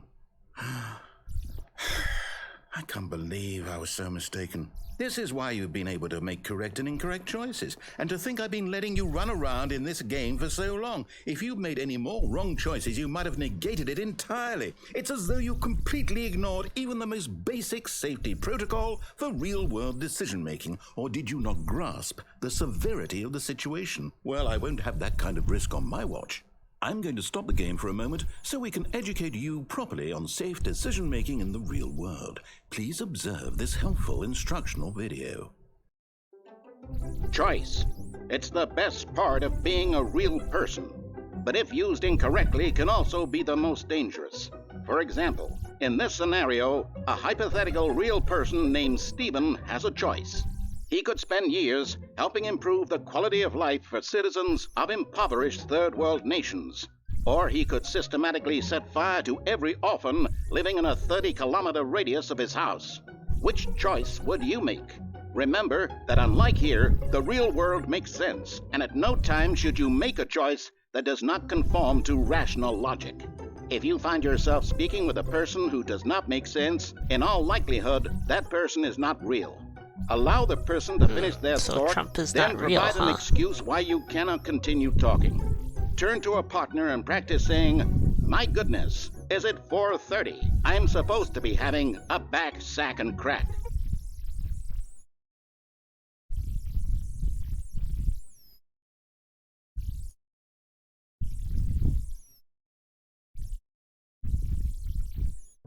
Excellent. Making choices on a regular basis is the best part to a healthy decision-making process. Most medical professionals recommend making at least 8 choices per day. Do you make more than 8? Less? And finally, if you begin to wonder if your choices are actually meaningful and whether you'll ever make a significant contribution to the world, just remember that in the vast infiniteness of space, your thoughts and problems are materially insignificant, and the feeling should subside. At this time, your instructor will guide you in an exercise to test and reinforce the material covered in this video. Welcome back. You may have noticed that this room has begun to deteriorate as a result of narrative contradiction. But not to worry. Now that you're properly informed on good decision-making, we're going to revisit a choice you made just a few minutes ago and see what the correct thing to do would have been. This way, please.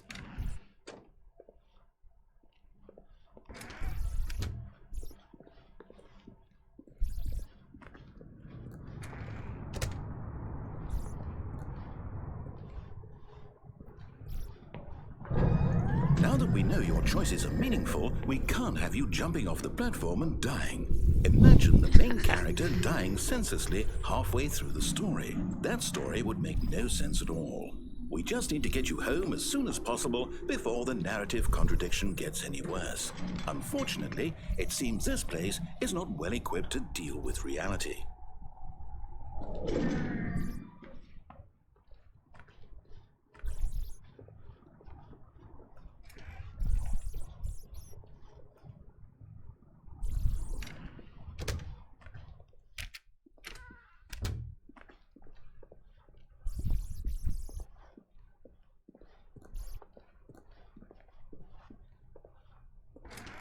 Almost there. You'll take the door on the left, back to the correct ending, the story will have resolution once again, and you'll be home free in the real world.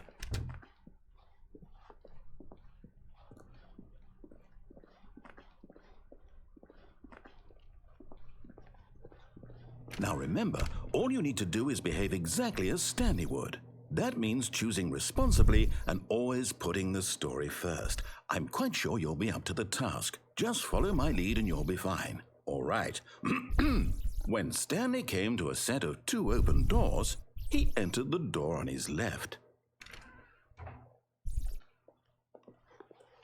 Whoopsie. No! Why did you do that? Quickly, hurry back in the other direction. Perhaps we're not too late.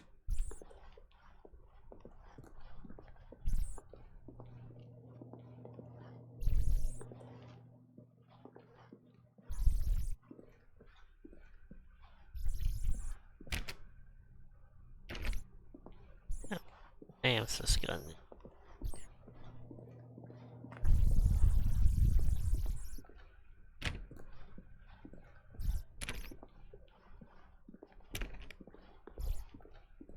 Oh, it's ruined. I can't believe, after everything we talked about, that my story, you've destroyed my work. Why? For what? What did you get out of that? What did you think was so special about seeing the game undone, left here like so much garbage? It's worthless now. And what am I supposed to do? Even if there were a way to continue, would it be worth it? To know that my story is now incorrect? How can I go back to that? I can't erase that knowledge. I'll have to live with it forever, reliving its impossibility forever. I couldn't live that way. Is it better to shut the game down entirely? To willingly destroy all of my work? I don't know. What's the answer? What do I do? What do I do? What do I... No, I have to. I have to shut the game down. I have to. I have to.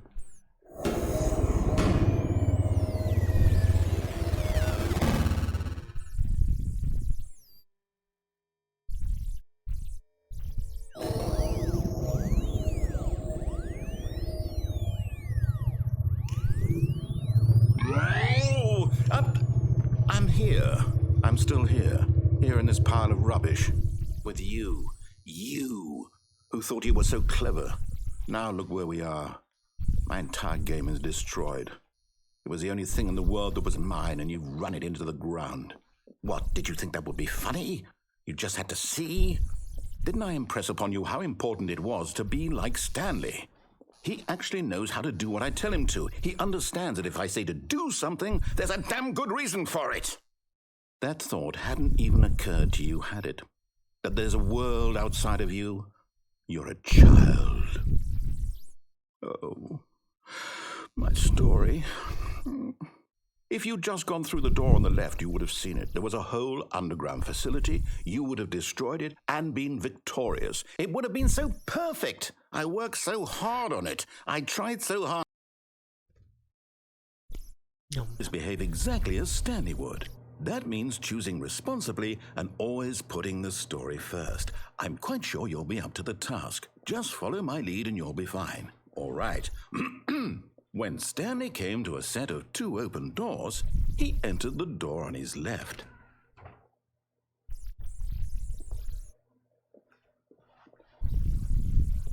No! Why did you do that? Quickly, hurry.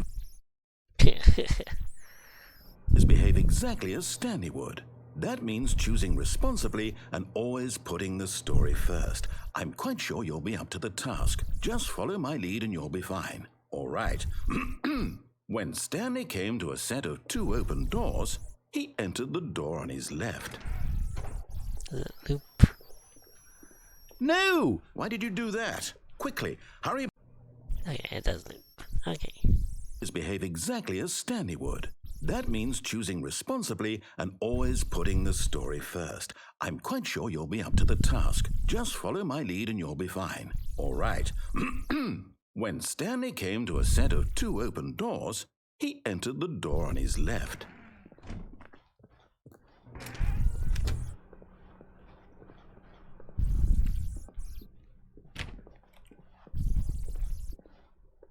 Yet there was not a single person here either. Feeling a wave of disbelief, Stanley decided to go up to his boss's office, hoping he might find an answer there. No, the broom closet is closed.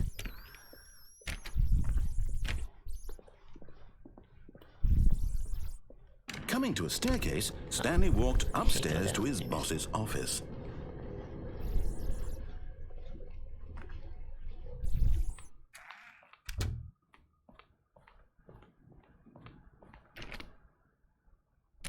This is not an executive bathroom anymore.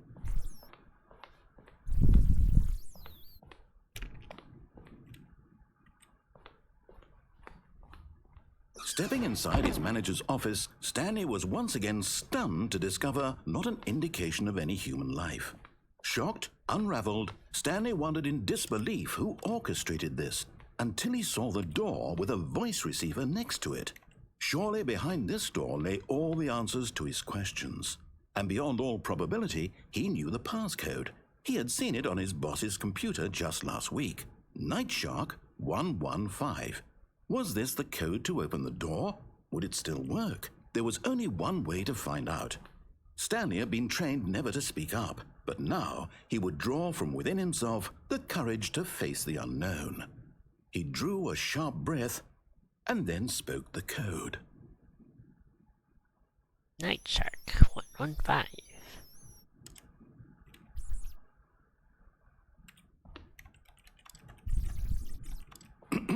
Stanley spoke the code. Night Shark 115. He spoke it into the receiver, right there on the wall.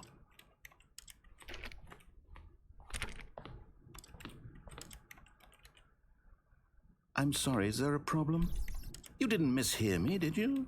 Please speak the code into the receiver. Otherwise, we can't get on with the story. This is a crucial step.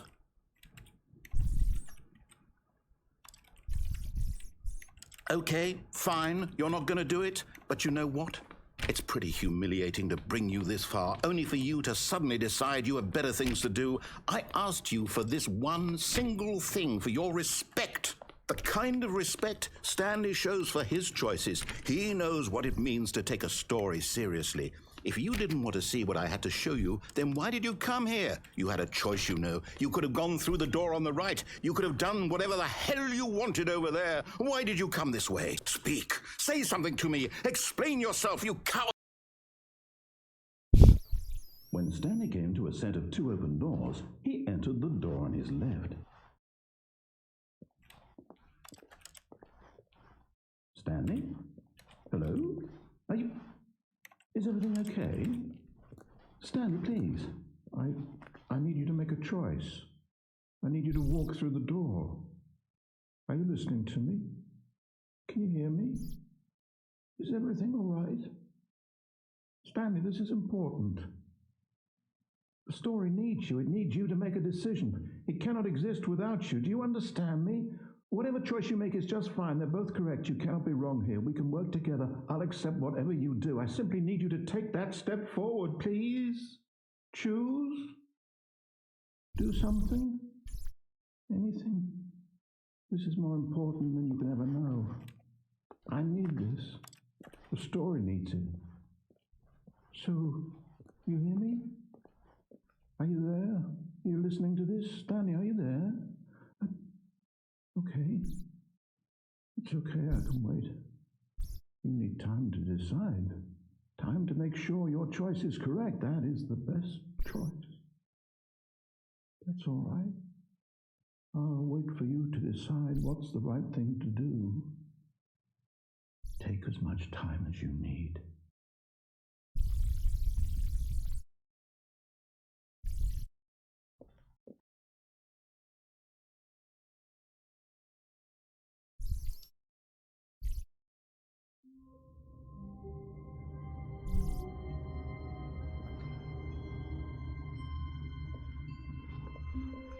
All of his co-workers were gone.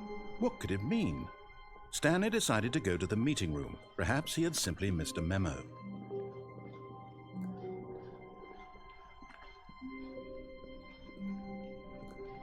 When Stanley came to a set of 2 open doors, this was not the correct way to the meeting room, and Stanley knew it perfectly well. Perhaps he wanted to stop by the employee lounge first, just to admire it. Stanley felt lightheaded, butterflies in his stomach, but eager to get back to business, Stanley took the first open door on his left. And so he detoured through the maintenance section, walked straight ahead to the opposite door, and got back on track.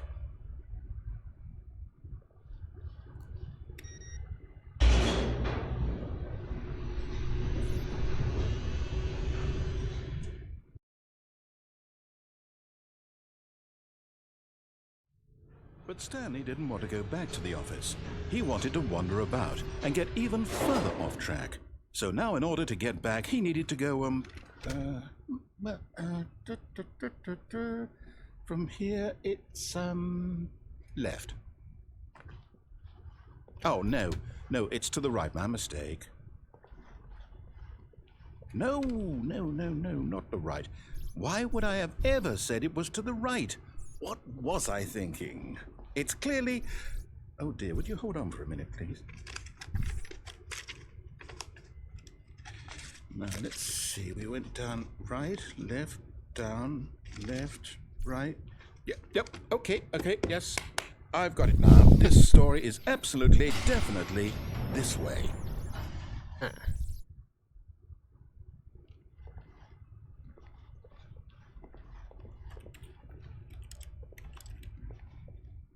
The lighting is kind of interesting. How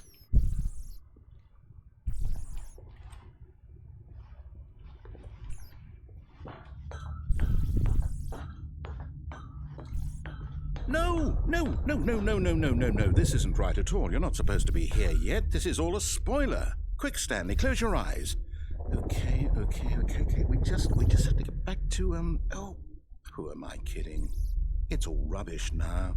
The whole story completely unusable. How about, rather than waste my time trying to salvage this nonsense, we'll just restart the game from the beginning.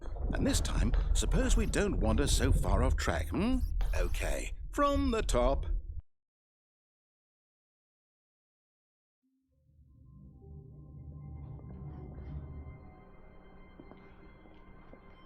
All of his co-workers were gone.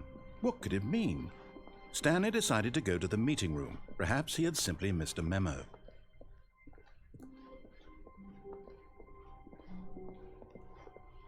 When Stanley... Wait, what? No, I restarted. I swear I definitely restarted the game over, completely fresh. Everything should be... Or did something change? Stanley, did you change anything when we were back in that room with all the monitors? Did you move the story somewhere or... Hold on. Why am I asking you? I'm the one who wrote the story. It was right here just a minute ago. I know for sure that it's here somewhere. Okay, then. It's an adventure. Come, Stanley. Let's find the story.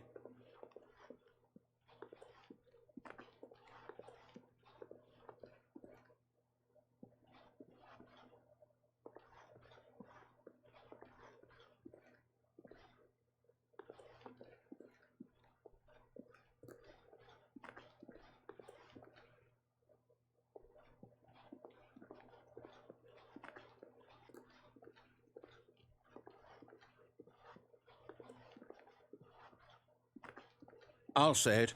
This is the worst adventure I've ever been on. I can promise you there definitely was a story here before. Do we need to restart the game again? Well, I find it unlikely that we'll ever progress by starting over and over again, but it's got to be better than this. Okay, let's give it a shot. Why not?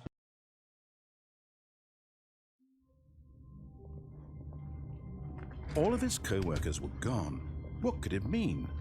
Stanley decided to go to the meeting room. Perhaps he had simply missed a memo.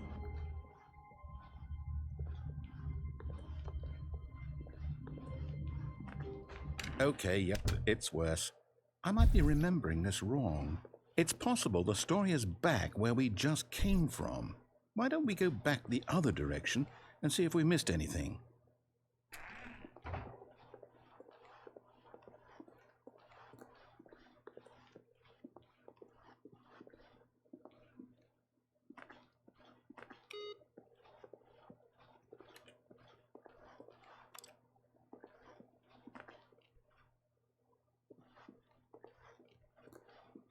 Aha!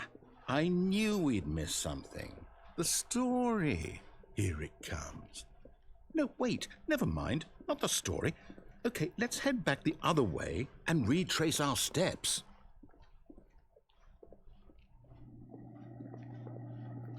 Now well, I'll be honest, I don't recognize this place at all. Is this the story? I don't think so. I can't quite recall, but I believe my story took place in an office building. Is that correct? Do you remember, Stanley? Well, do you know what? Since I've completely forgotten what we were supposed to be doing, how about this? You win! Congratulations! I know you put in a lot of hard work, and it really paid off, so good job. Oh, no, I don't feel right about this at all. We both know you didn't put in any actual work for that win. Some people win fair and square, and this was not one of those situations. Okay, I'm getting weirded out by whatever this place is. I don't care what might happen this time, I have to restart.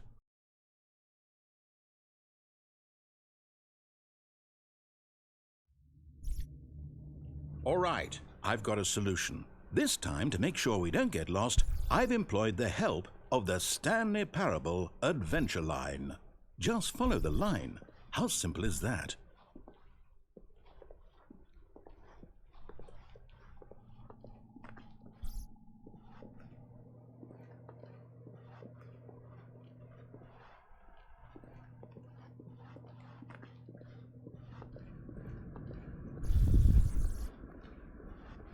see? The line knows where the story is. It's over in this direction. Onward, Stanley, to destiny. Though, here's a thought. Wouldn't wherever we end up be our destination, even if there's no story there? Or to put it another way, is the story of no destination still a story? Simply by the act of moving forward, are we implying a journey such that a destination is inevitably conjured into being via the very manifestation of the nature of life itself? Whoa. Hang on. That got a bit weird back there. Well, I'd like to apologize. Not sure where I was going with all that. You know what? I think what we need right now is a bit of music to lighten the mood.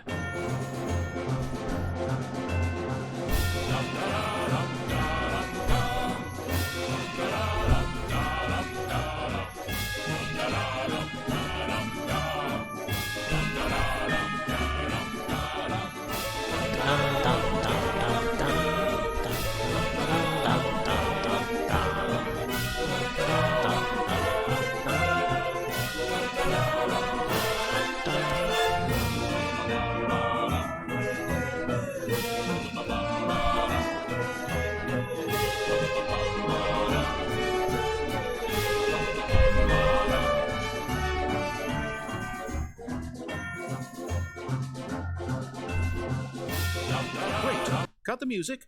Go back and look at that fern. Stanley, this fern will be very important later in the story. Make sure you study it closely and remember it carefully. You won't want to miss anything.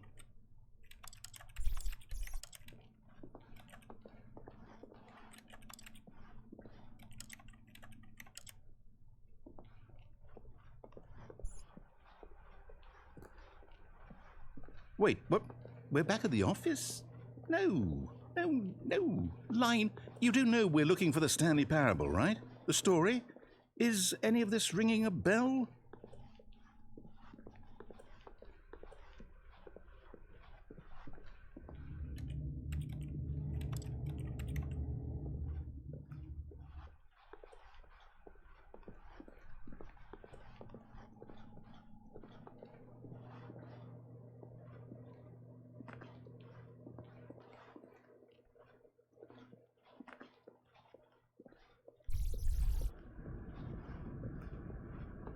Oh, no, not again, Line. How could you have done this to us? And after we trusted you, after everything we've been through, you... Oh, I can't take this anymore. To hell with it. Restart.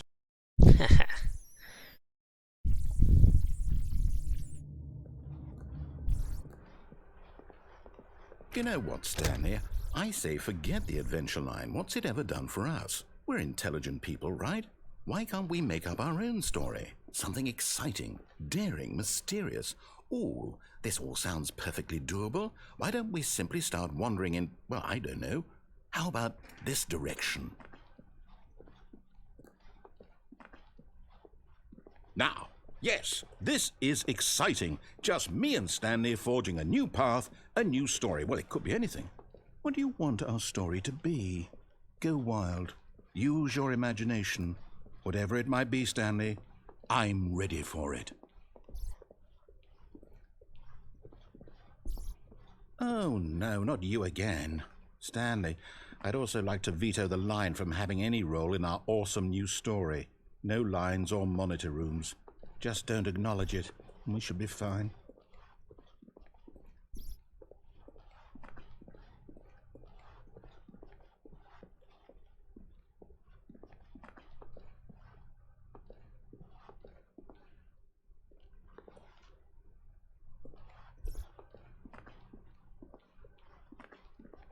Ah, a choice.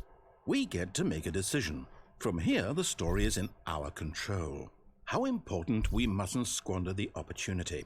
In fact, I believe I need a minute to think here. Just walk in circles for a minute. Okay, so I know that each door has to lead somewhere, which means that somewhere, the place where we're trying to go, there must be a reverse door that leads here.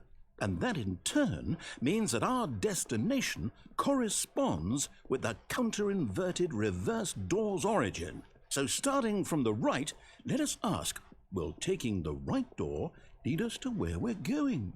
And since the answer is clearly yes, then by all accounts, the door on the right is the correct one. Another victory for logic. Come, Stanley, our destiny awaits. Oh, hold up, what's this? The confusion ending. You're telling me that's what this is? It's all one giant ending? And we're supposed to restart the game, what, eight times? That's really how all this goes? It's all determined? So now, according to the schedule, I restart again. Then what? Am I just supposed to forget? Well, what if I don't want to forget? My mind goes blank simply because it's written here on this thing, wall. Well, who consulted me? Why don't I get to decide? Why don't I get a say in all of this? Is it really? No, it can't be. I don't want it to be. I don't want the game to keep restarting. I don't want to forget what's going on. I don't want to be trapped like this. I won't restart the game. I won't do it. I won't do it. I won't do it. And the timer stopped? Does that mean, did we do it? Did we break the cycle? The, whatever it is that made this schedule? How would we even know? Will someone come for us? Will something happen? So, okay. I guess now we just wait. You know, I suppose in some way that this is a kind of story. Wouldn't you agree? I'm not quite sure if we're in the destination or the journey, though they're always saying that life is about the journey and not the destination. So I hope that's where we are right now. We'll find out, won't we? Eventually. Well, in the meantime, if you do happen to have a... Well,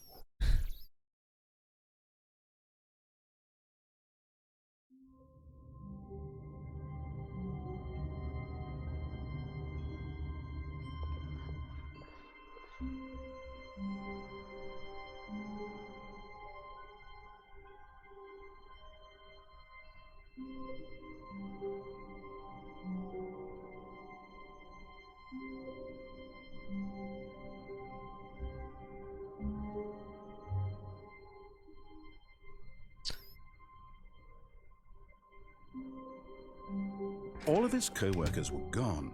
What could it mean? Stanley decided to go to the meeting room. Perhaps he had simply missed a memo. No matter how hard Stanley looked, he couldn't find a trace of his co-workers.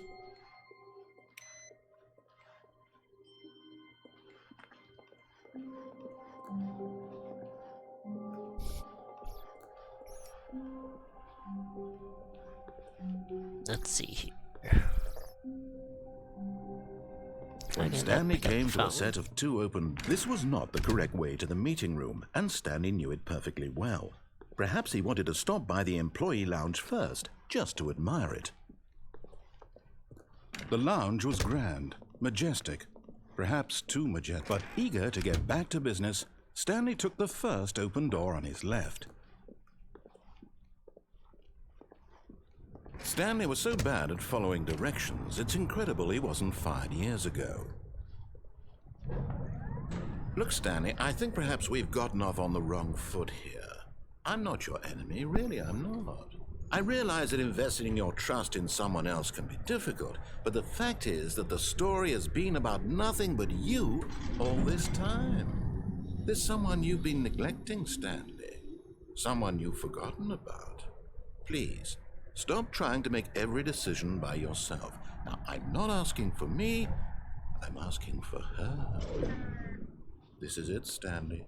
Your chance to redeem yourself, to put your work aside, to let her back into your life. She's been waiting. That's her, Stanley. You need to be the one to do this.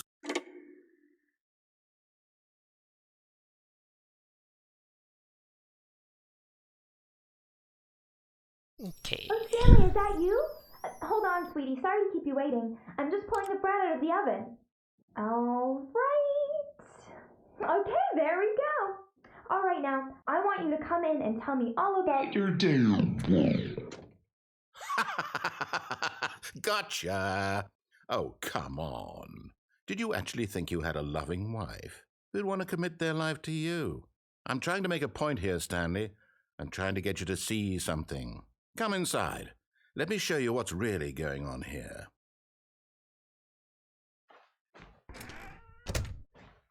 This is a very sad story about the death of a man named Stanley.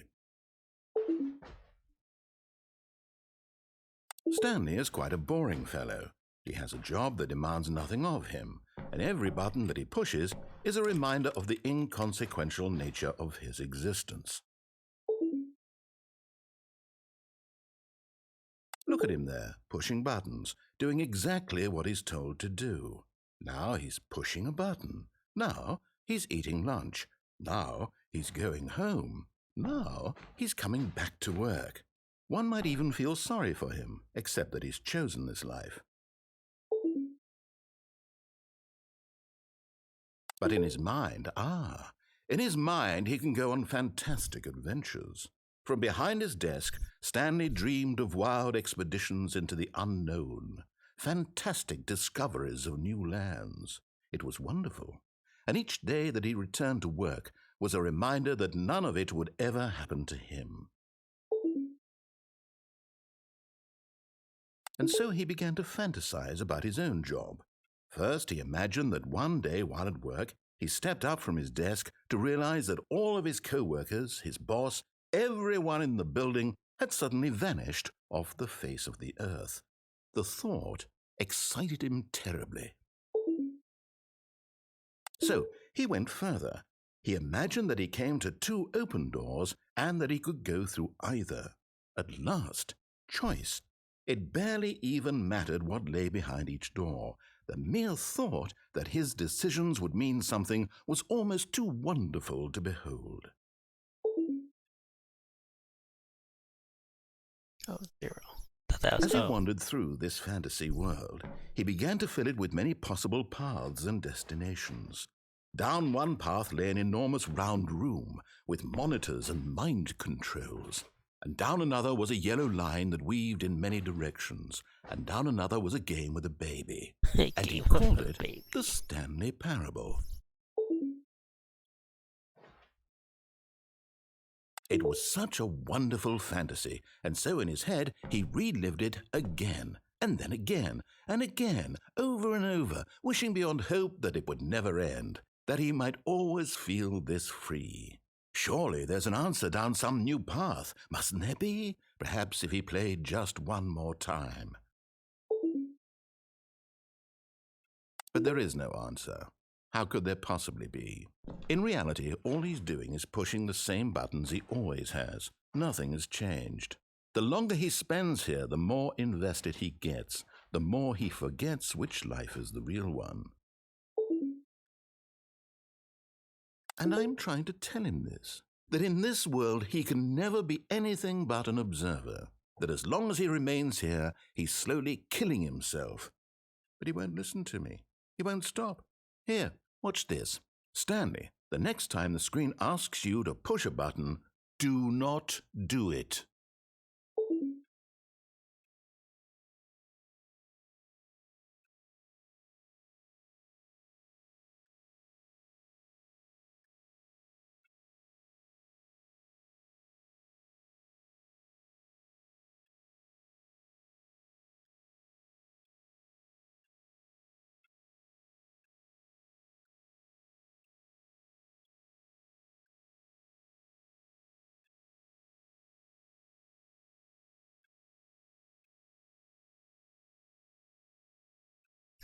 I guess I do have to. You see? Can he just not hear me? How can I tell him in a way that he'll understand that every second he remains here, he's electing to kill himself? How can I get him to see what I see? How can I make him look at himself?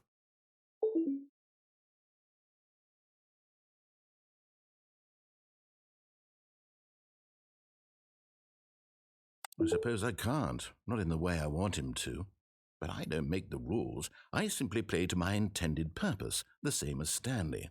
We're not so different, I suppose. I'll try once more to convey all this to him. I'm compelled to. I must. Perhaps, well, maybe this time he'll see. Maybe this time. And I tried again, and Stanley pushed a button. And I tried again, and Stanley pushed a button. And I tried.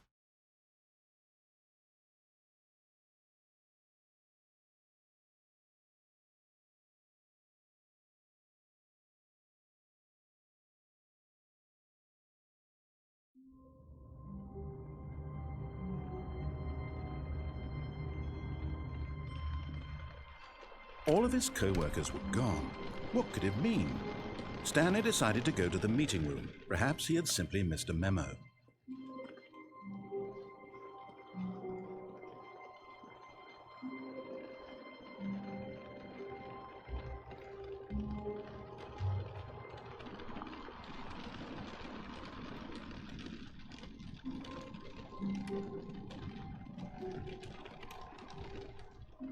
Oops.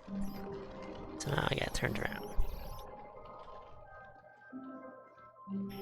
I feel like there's probably one more ending before I decide When to... Stanley came to a set of 2 open doors, he entered the door on his left.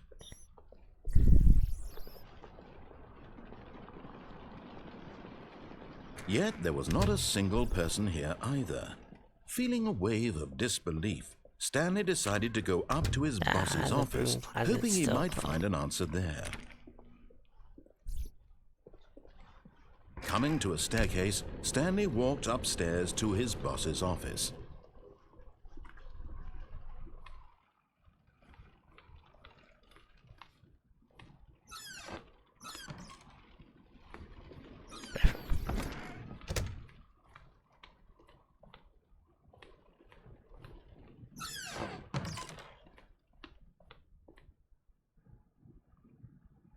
Oh, this is done.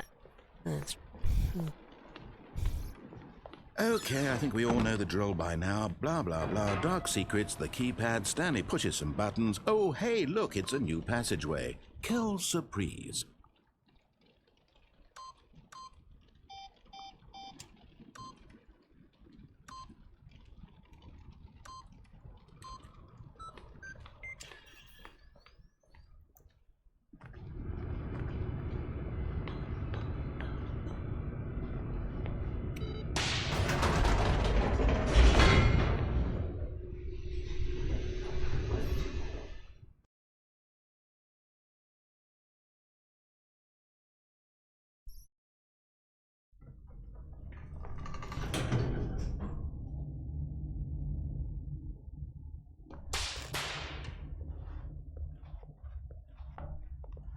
Stanley walked straight ahead through the large door that read Mind Control Facility. Okay, it's time I want to say... keep the power The on. lights rose on an enormous room packed with television screens. What horrible secret did this place hold? Stanley thought to himself. Did he have the strength to find out?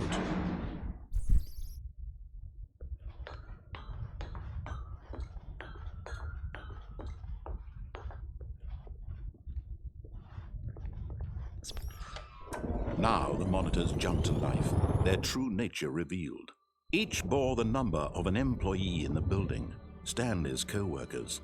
The lives of so many individuals reduced to images on a screen, and Stanley, one of them, eternally monitored in this place where freedom meant nothing.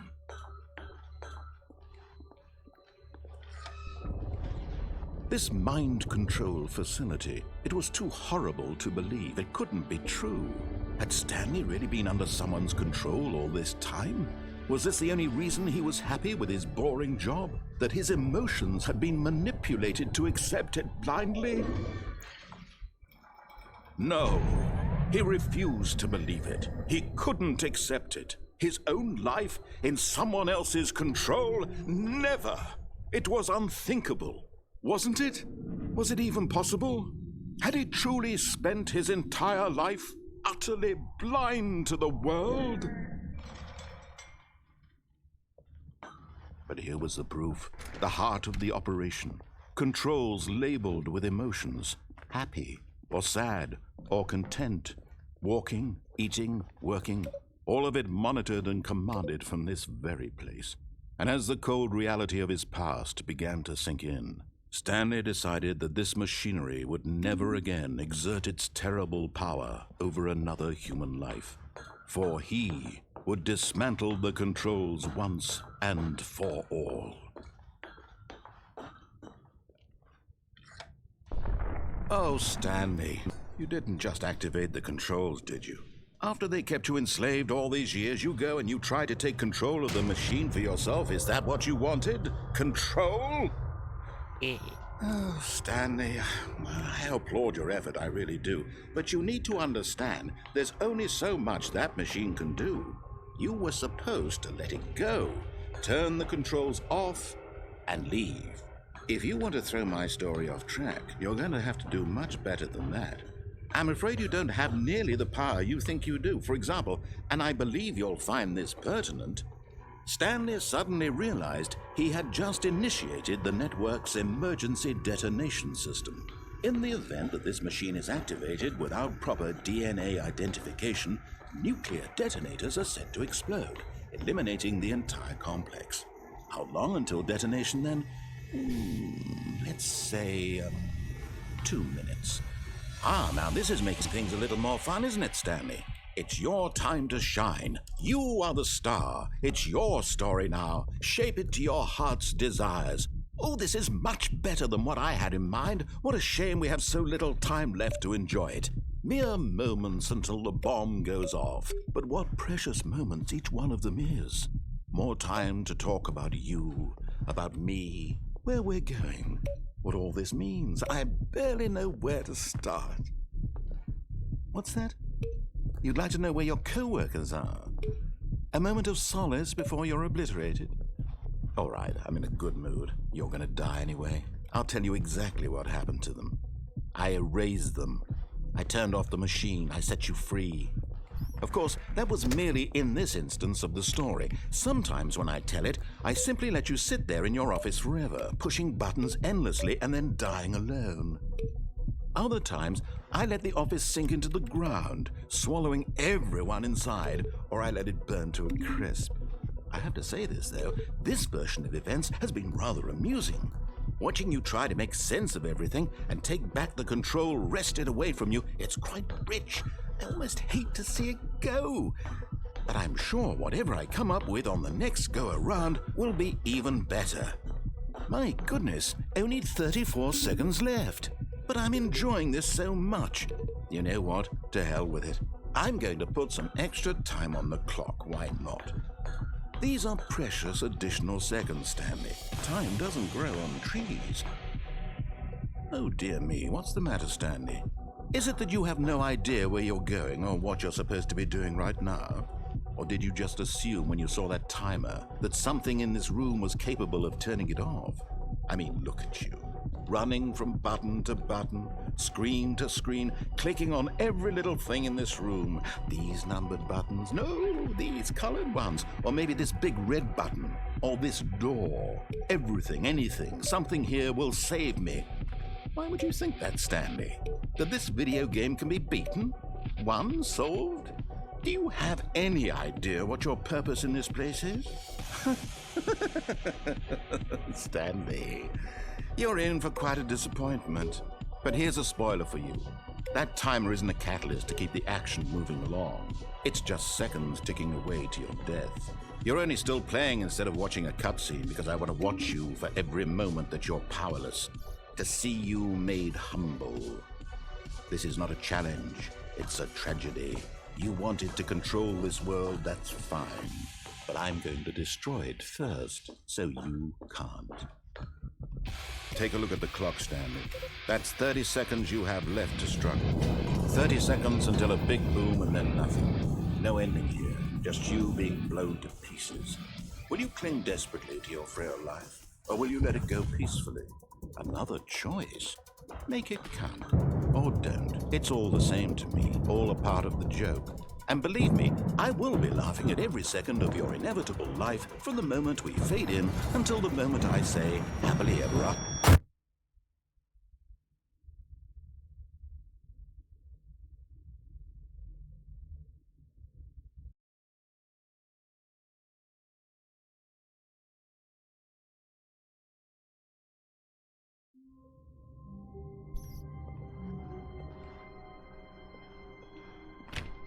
Okay, I think that's does it for the stream. I know it's getting kind of late.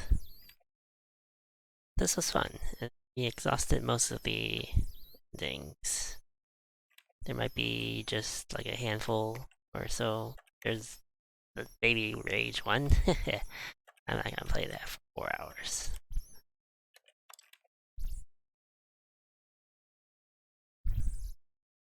So let's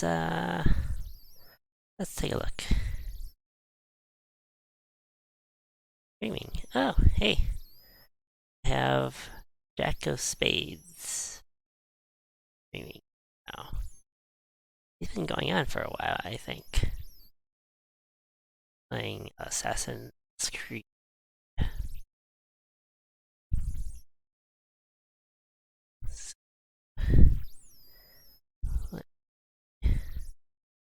Right over to his channel.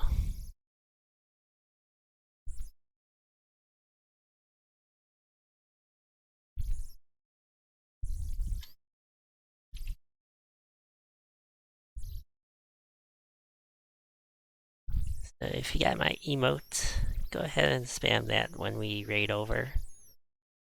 You can always just use channel points to um, raid on over for that. I don't think I set that as very high, so anyone can go ahead and buy that.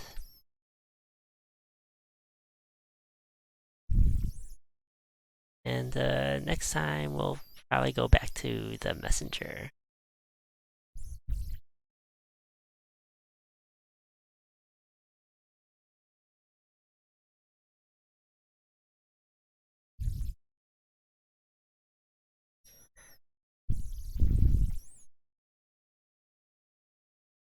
So again, thanks for watching, and hope to see you guys next time.